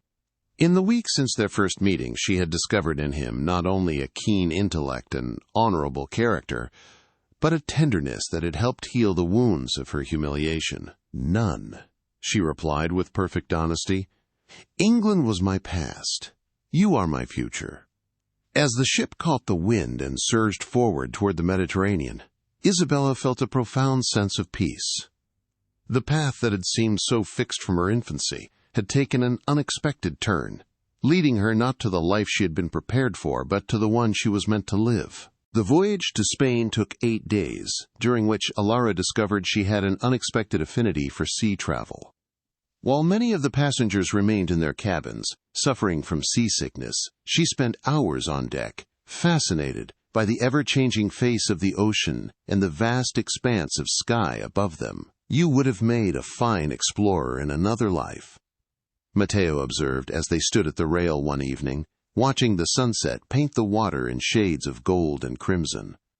"Perhaps in this life I still can be," Elara replied, her eyes bright with a new kind of anticipation. "There is an entire country waiting for me to discover it." Mateo smiled, pulling her closer. "And I shall be your guide. Though I warn you, once you've seen Valencia, you may never wish to leave." "Tell me about our home," Elara requested, leaning into his embrace. "You've described the palace and the grounds, but what of the people? What of our daily life there?" As twilight deepened around them, Mateo painted a picture of their future with words. The ancient stone walls of the Palacio de Alva overlooking the Mediterranean. The orange groves that filled the air with fragrance in spring. The staff who had served his family for generations and would welcome her as their new duchess. "My steward Rodrigo has been with us since before I was born," he told her. "His wife, Elena, runs the household. They have been preparing for your arrival with great enthusiasm. I believe Elena has already planned menus for the first month to introduce you to Spanish cuisine gradually." "They sound wonderful," Elara said, touched by the thought of strangers taking such care for her comfort. "They are family," Mateo corrected gently, "as you will be. In Spain, the bonds between noble houses and those who serve them run deeper than in England. Generations of Alvas and generations of their people, living and working together through war and peace, prosperity and hardship. They will be devoted to you, as they are to me. You are not just a duchess, Elara. You are a part of our shared life." On the final day of their voyage, the Spanish coastline appeared on the horizon, a golden line beneath a brilliant blue sky. As they drew closer, Elara could make out the port city of Valencia, its ancient walls and towers gleaming in the afternoon sun. "Welcome to Spain, my love," Mateo murmured, his arm around her waist as they stood at the ship's rail. "Welcome home." The word resonated within her. Home? Not the home she had been raised in, nor the Ashworth estate she had been prepared to preside over, but a new home of her own choosing. A place she was eager to embrace. As the ship maneuvered into the harbor, Elara felt a surge of anticipation and joy. On the dock, a welcoming party awaited them. Mateo's younger brother, Miguel, several local officials, and a contingent of servants in the Alva livery. The greeting was warm and effusive, with rapid Spanish that challenged Elara's still-developing comprehension. Mateo translated as best he could, his arm a comforting presence at her back. Amidst the joyous commotion, Elara noticed one figure whose smile did not quite reach her eyes. Doña Sofia, a distant Alva cousin and a prominent court lady, offered a polite but cool greeting, her eyes lingering on Elara's English attire with barely concealed skepticism. The subtle challenge in her gaze was unmistakable, a silent question hanging in the air for the jilted Englishwoman. "They are saying how beautiful you are," Mateo translated as they rode in an open carriage through the city streets toward the Alva Palace. "And how fortunate I am to have found an English rose to bring to Spanish soil." Elara smiled, taking in the sights and sounds of her new home, the narrow streets with their balconied buildings, the bustling markets filled with produce she had never seen in England, the vibrant colors of the clothing, the cathedral spires rising against the blue sky. Everything was bathed in a golden light that seemed to make colors more vivid, sounds more musical, life itself more intense than in the muted grays of London. It was a feast for the senses, a world entirely new and utterly captivating. The carriage carrying Elara and Mateo wound its way up the sun-drenched hill, finally passing through massive iron gates that bore the intricate Mendoza crest. They entered a sprawling courtyard, a symphony of cool stone, splashing fountains and the vibrant green of orange trees, heavy with ripening fruit. As the carriage drew to a halt, Elara gazed around, a profound sense of rightness settling within her, a belonging that surprised her with its intensity. This was not the home she had been bred for, but it felt, already, like her own. Mateo turned to her, a gentle smile on his lips, his dark eyes searching hers. "What do you think?" he asked softly, watching her face as she took in the palace that would now be her world. "It's beautiful," Elara replied honestly, her voice a little breathless. "More beautiful than I imagined." As they stepped from the carriage, a line of servants emerged from the palace's grand entrance, their Mendoza livery a striking blue against the golden stone.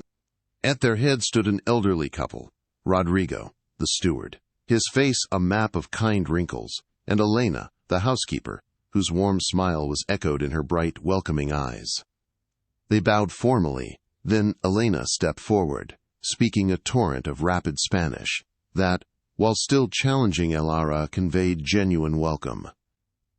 Mateo translated the key phrases, their expressions of loyalty and joy at the new Duchess's arrival. Elara, still a little overwhelmed, offered her most gracious smile and a few carefully practiced Spanish phrases.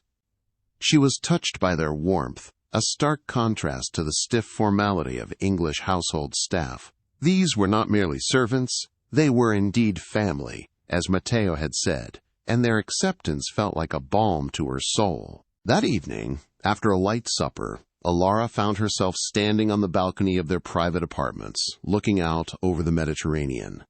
The setting sun turned the water to molten gold, painting the sky in fiery hues of orange and rose.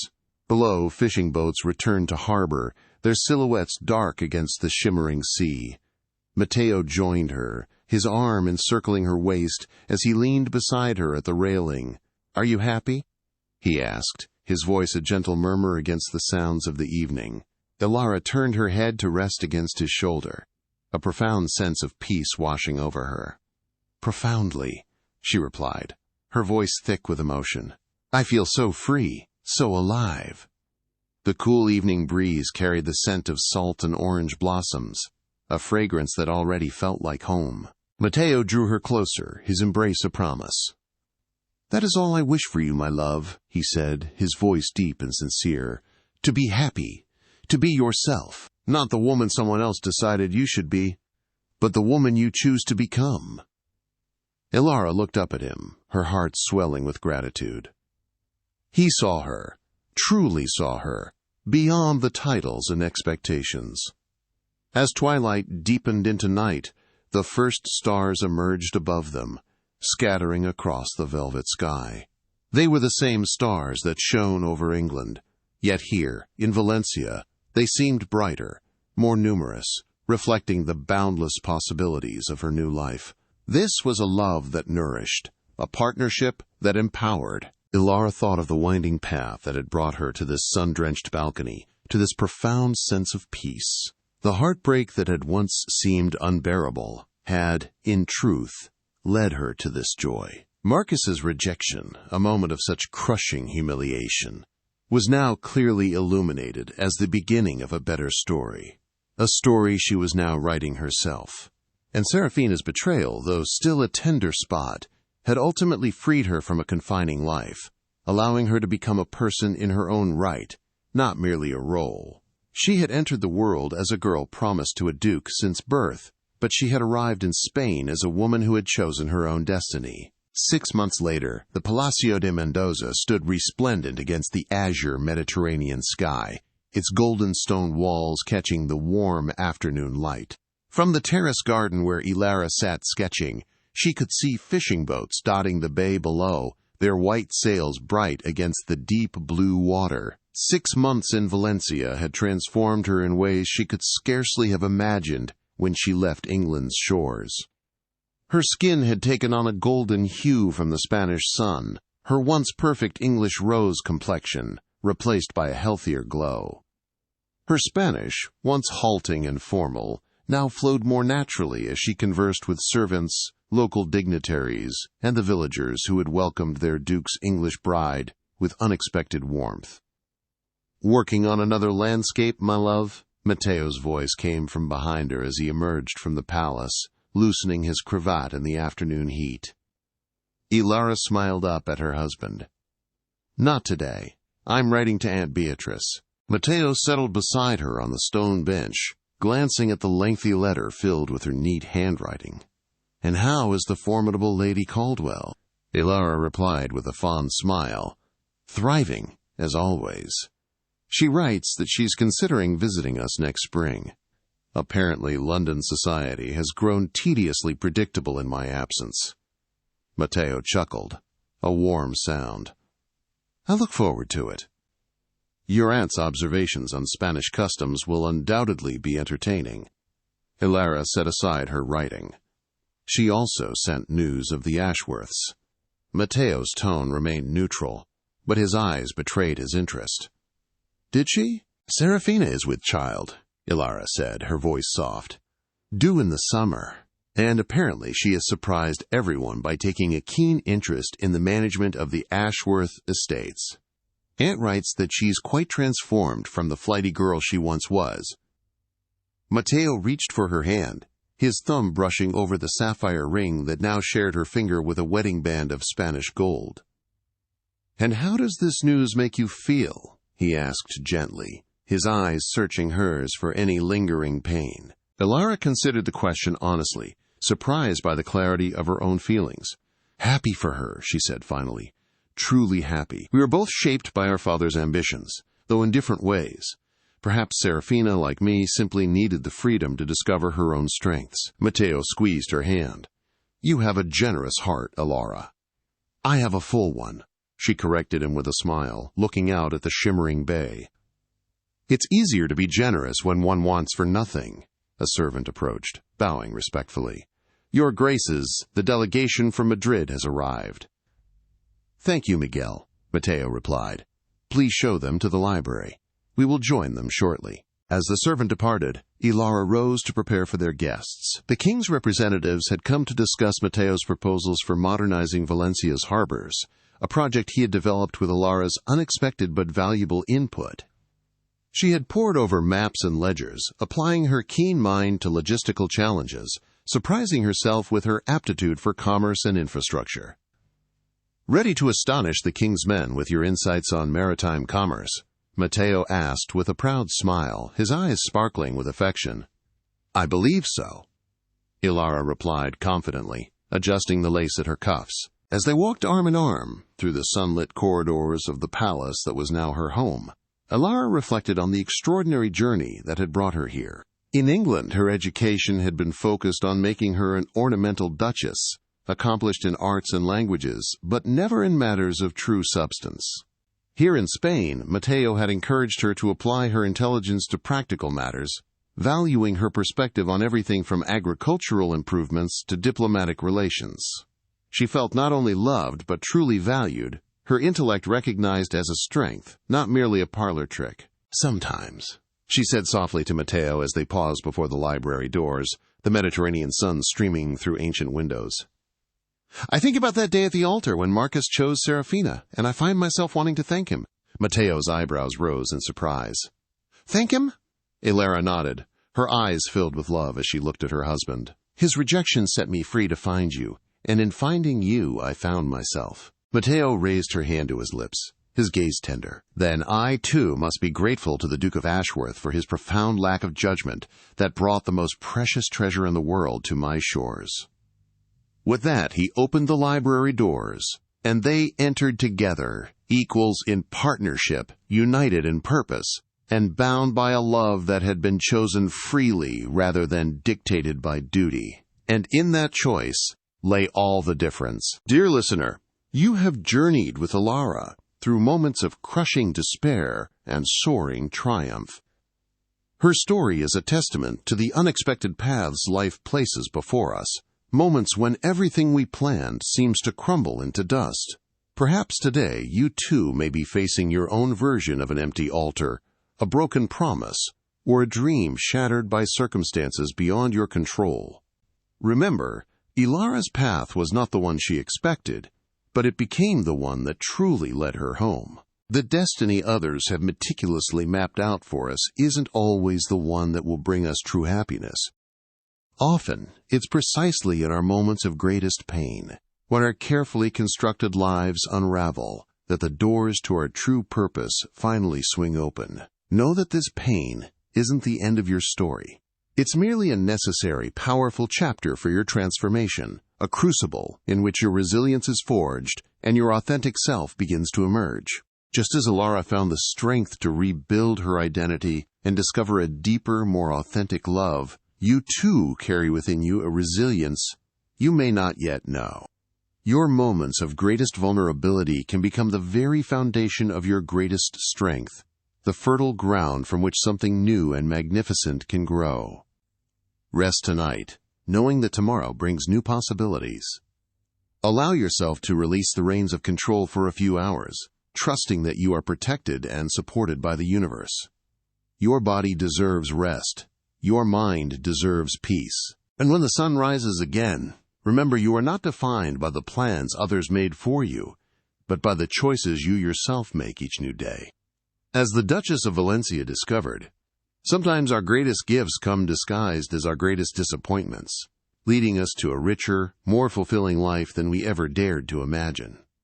I thank you for your company on this journey of discovery and renewal. May your dreams be sweet and your awakening full of purpose. With profound gratitude, Legends of the Fall. Thank you so much for staying with us until the very end. Please like, comment, and share this story if it touched your heart. Your engagement helps us reach more hearts and share these messages of hope and transformation. Subscribe to our channel to join our growing community and never miss a new narrative. Your support gives us the strength to continue creating stories filled with love, redemption, and unforgettable twists that inspire and uplift. Consider supporting us further from the bottom of your heart, as every contribution allows us to bring more epic tales to life. Thank you for being a part of our journey. Elara attended her first formal gathering in the Palacio de Mendoza's grand reception hall a week after their arrival, acutely aware of the many eyes upon her. The room, filled with Valencia's local aristocracy and Mateo's extended family, buzzed with polite conversation, but Elara felt the undercurrent of curiosity and assessment. As she conversed gracefully, her Spanish still a little hesitant but improving daily, a figure detached herself from a cluster of ladies. It was Doña Sofia, a distant Mendoza cousin and a prominent court lady, whose elegant black lace fan moved slowly, deliberately.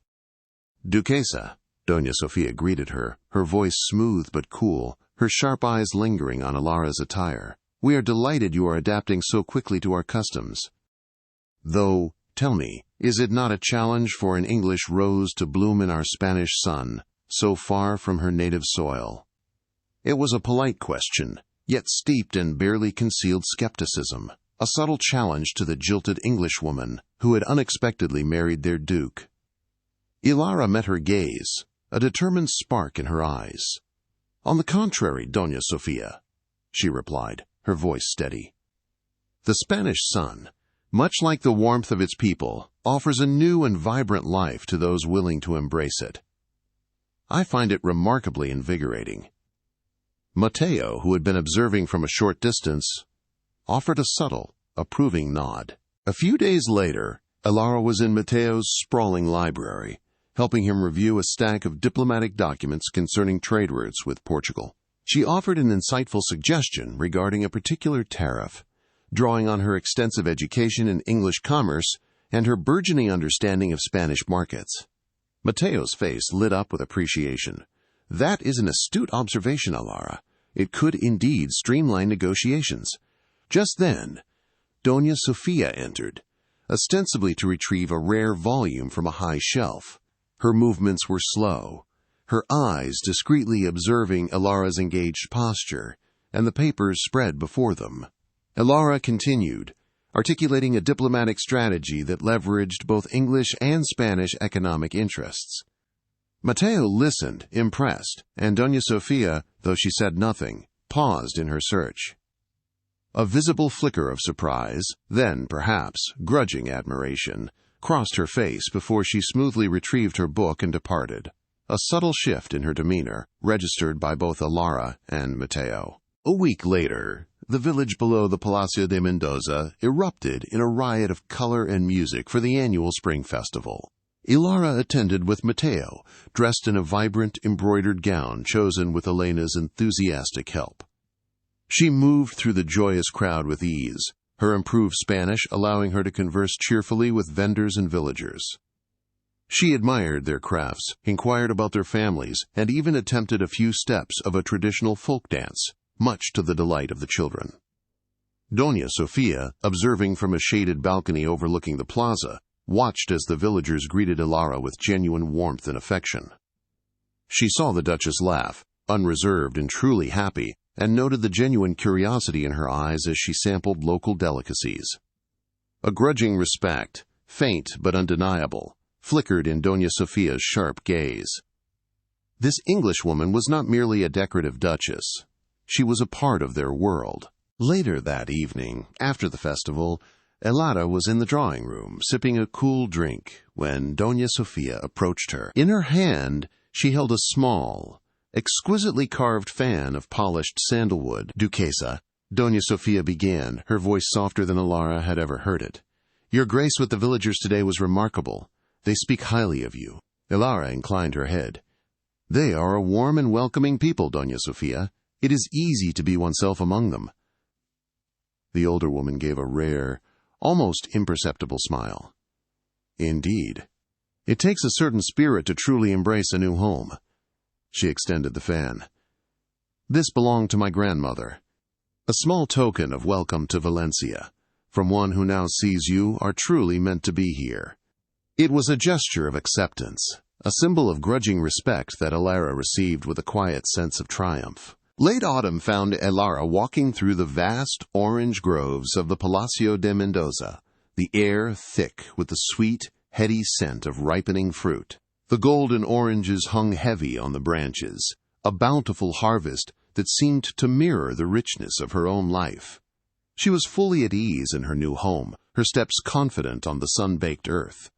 Mateo joined her, his hand finding hers. They walked in quiet contentment, the rustle of leaves and the distant call of a bird, the only sounds. This, Elara said, squeezing his hand, is more than I ever dreamed. She had once envisioned a life of duty in a grand English estate, but this life, chosen and vibrant, far surpassed any predetermined fantasy. That evening, Elara stood on the balcony with Mateo, looking out at the endless expanse of stars over the Mediterranean. A year had passed since she had arrived in Valencia, a jilted bride adrift. She reflected on her journey. From a girl promised to a duke, her identity meticulously crafted for a role, to a woman who had chosen her own destiny. In that choice, in finding a love that saw and cherished her for her true self, she had found not just happiness, but the very core of who Elara Vance, now Elara de Alva, truly was. Mateo's arm tightened around her, a silent affirmation of their shared future. Dear listener, Elara's journey from a life meticulously planned to a future of her own design resonates deeply within us. We all encounter those unexpected paths, those jarring moments when our carefully constructed world threatens to crumble. Perhaps, as you reflect on Elara's story, you recognize echoes of your own empty altar, a dream unfulfilled, a promise broken, or a direction in life that no longer feels true. Her experience reminds us that these moments, though painful, are often profound invitations to rediscover ourselves. It's a powerful truth that the destiny others map out for us isn't always the one meant to bring us genuine happiness. In fact, it's frequently in our deepest pains, our most profound disappointments, that the doors to our true purpose and authentic joy finally open. Your current struggles are not the conclusion of your story. They are simply a necessary chapter, a transformative period preparing you for something far greater. Embrace this process, for it is forging a stronger, truer version of yourself. Just as Elara unearthed an incredible strength she never knew she possessed, you too harbor a remarkable resilience within you. Those moments of vulnerability that feel overwhelming? They are, in fact, the fertile ground for your greatest growth, the very foundation upon which new strengths will be built. Tonight, allow yourself the grace to rest.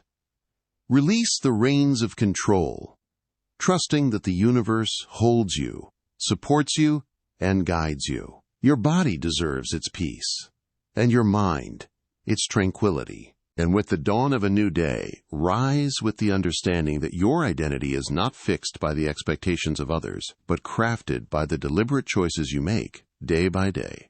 Elara's journey teaches us that sometimes our most profound blessings arrive disguised as our greatest disappointments, leading us to a happiness more authentic and fulfilling than any predetermined path. Thank you for walking this path of discovery and renewal with us. May your nights be peaceful and your mornings filled with purpose. With profound gratitude, Legends of the Fall, we are so truly thankful for your presence and for staying with us until this very end. If Elara's story resonated with your heart, please take a moment to like, comment, and share it. Your engagement helps us reach even more individuals seeking inspiration and connection. And for those who wish to delve deeper into narratives of transformation and love, we invite you to subscribe to our channel. Your support, offered from the bottom of your heart, empowers us to continue crafting these stories, tales brimming with love, profound redemption, and unforgettable twists that light up the spirit. Thank you for being an integral part of our creative journey. 8 months after Elara's arrival, the Palacio de Mendoza's library, typically a sanctuary of ancient texts, hummed with a different kind of energy. Elara and Mateo were bent over architectural drawings and ledger books, discussing plans for a new school for the children of Valencia's workers.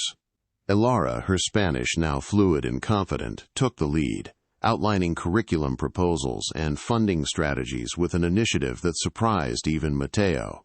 And for the younger children, she explained, tracing a finger across a diagram, we could incorporate more practical skills alongside literacy, perhaps even a small garden for them to cultivate. Mateo beamed, his eyes alight with pride. Your vision is truly remarkable, mi amor. Your confidence and leadership inspire me daily. A few weeks later, as Elara and Mateo enjoyed the gentle breeze in the terrace garden, Jenkins, their newly appointed English-speaking steward, presented a letter from England. "From Lord Alistair Vance, Your Grace," he announced. Elara's brow furrowed slightly as she broke the seal, a familiar mix of apprehension and resignation stirring within her. The letter announced her father's impending visit to Valencia for trade discussions.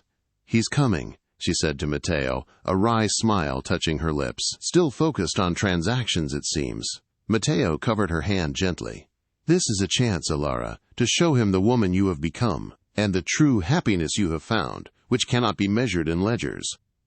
Elara nodded, a thoughtful expression on her face. Lord Alistair Vance arrived a fortnight later, his impeccably groomed figure stepping from his grand English carriage into the sun-drenched courtyard of the Palacio de Mendoza. His demeanor was as formal and focused as ever, his attention immediately drawn to the bustling trade activity in Valencia's port. He greeted Elara with a stiff nod and a perfunctory kiss to her cheek. "Elara," he observed, taking in her radiant appearance and the golden hue of her skin.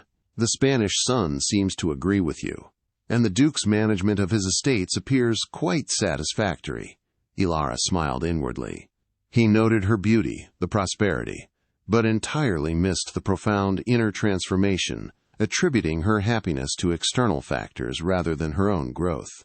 Mateo, however, met Lord Alistair's formal greetings with polite but firm responses, his gaze conveying a quiet pride in his wife. During the subsequent trade discussions in the palace's elegant meeting chamber, Elara sat quietly by Mateo's side, initially observing.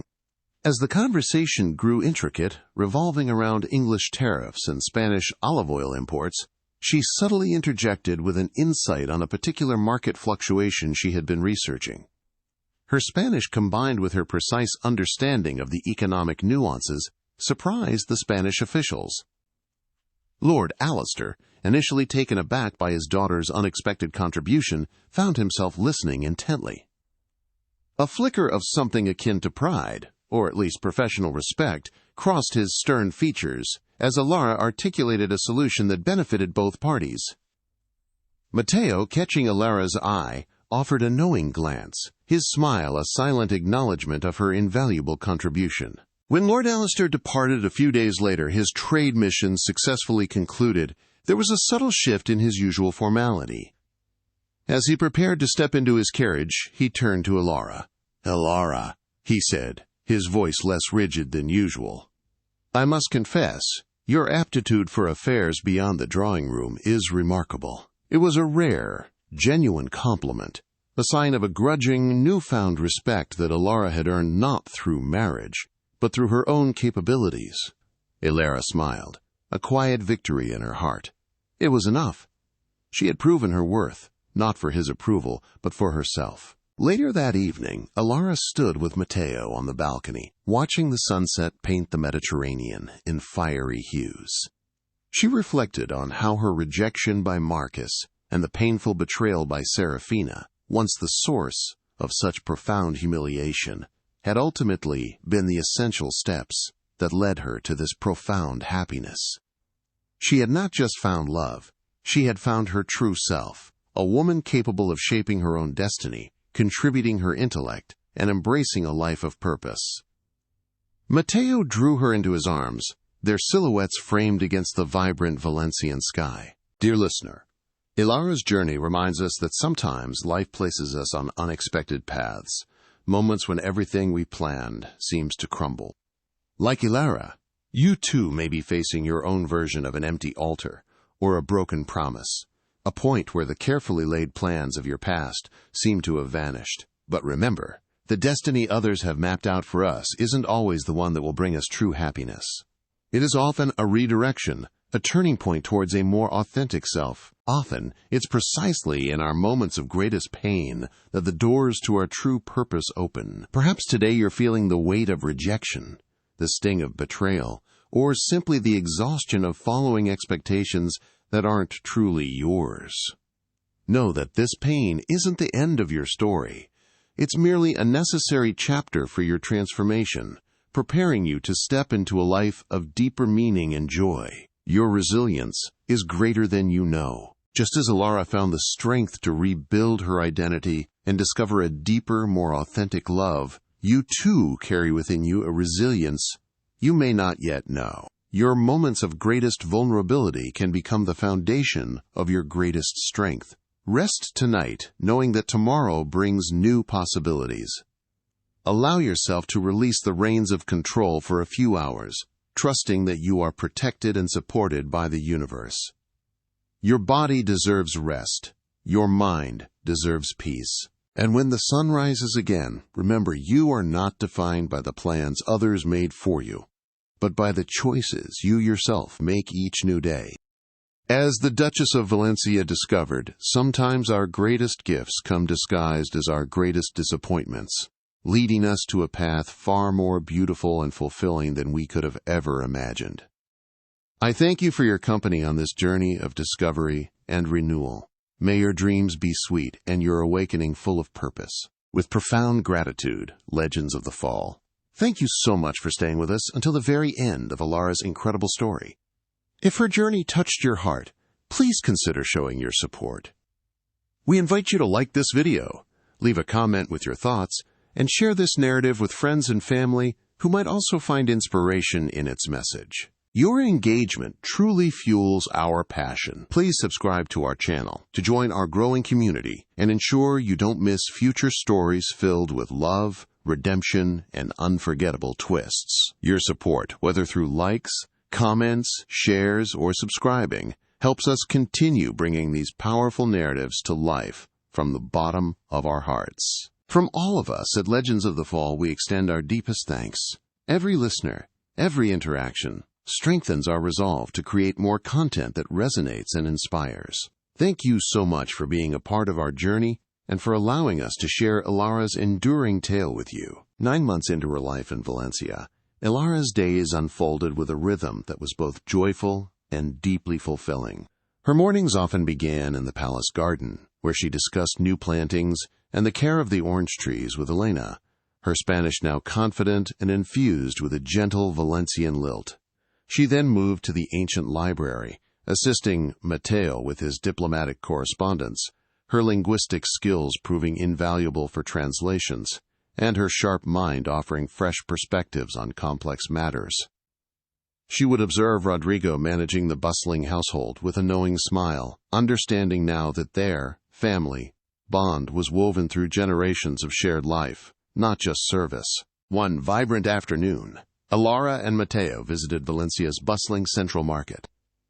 Unlike her initial hesitant visits, Elara now navigated the colorful stalls with ease, conversing fluently in Spanish with vendors, haggling playfully over prices, and discovering new fruits and spices with an adventurous palate. She pointed out a peculiar, fragrant herb to Mateo, asking about its culinary uses. Villagers, recognizing their Duke and Duchess, greeted Elara warmly, their genuine smiles reflecting her full acceptance into their community. Mateo watched her, a proud hand resting on the small of her back, as Elara, the former English rose, thrived in the vibrant, sun-drenched heart of Spain. 10 months after her arrival, Elara stood with Mateo at a secluded overlook near the Palacio de Mendoza, watching the sunset paint the sky in fiery oranges and deep purples. The rolling hills of Valencia stretched out before them, meeting the vast, shimmering sea. She recalled the day she was jilted, a moment of profound darkness that had, against all odds, led her to this peaceful, breathtaking vista. The path less traveled, she realized, had been the one meant for her all along, a winding journey full of unexpected love, profound self-discovery, and a happiness she had never dared to imagine. Mateo squeezed her hand, a silent affirmation of their shared destiny. 1 year after her arrival, Elara sat in her private study within the palace, reviewing the detailed plans for the new school. Her own ideas, carefully incorporated into the architectural drawings and curriculum, brought a deep sense of satisfaction. She reflected on the legacy she was building, not one inherited through a predetermined marriage, but one chosen and created through her own efforts and Mateo's unwavering support. Her former skills, once honed for an ornamental existence, now served a practical, meaningful purpose, contributing tangibly to the well-being of Valencia's community. This was her true power, her chosen identity. Elara and Mateo stood together on the balcony of their private apartments, a year having passed since their arrival in Valencia. The clear Spanish night sky glittered above them, constellations spread like diamonds. Elara looked at Mateo, her heart overflowing.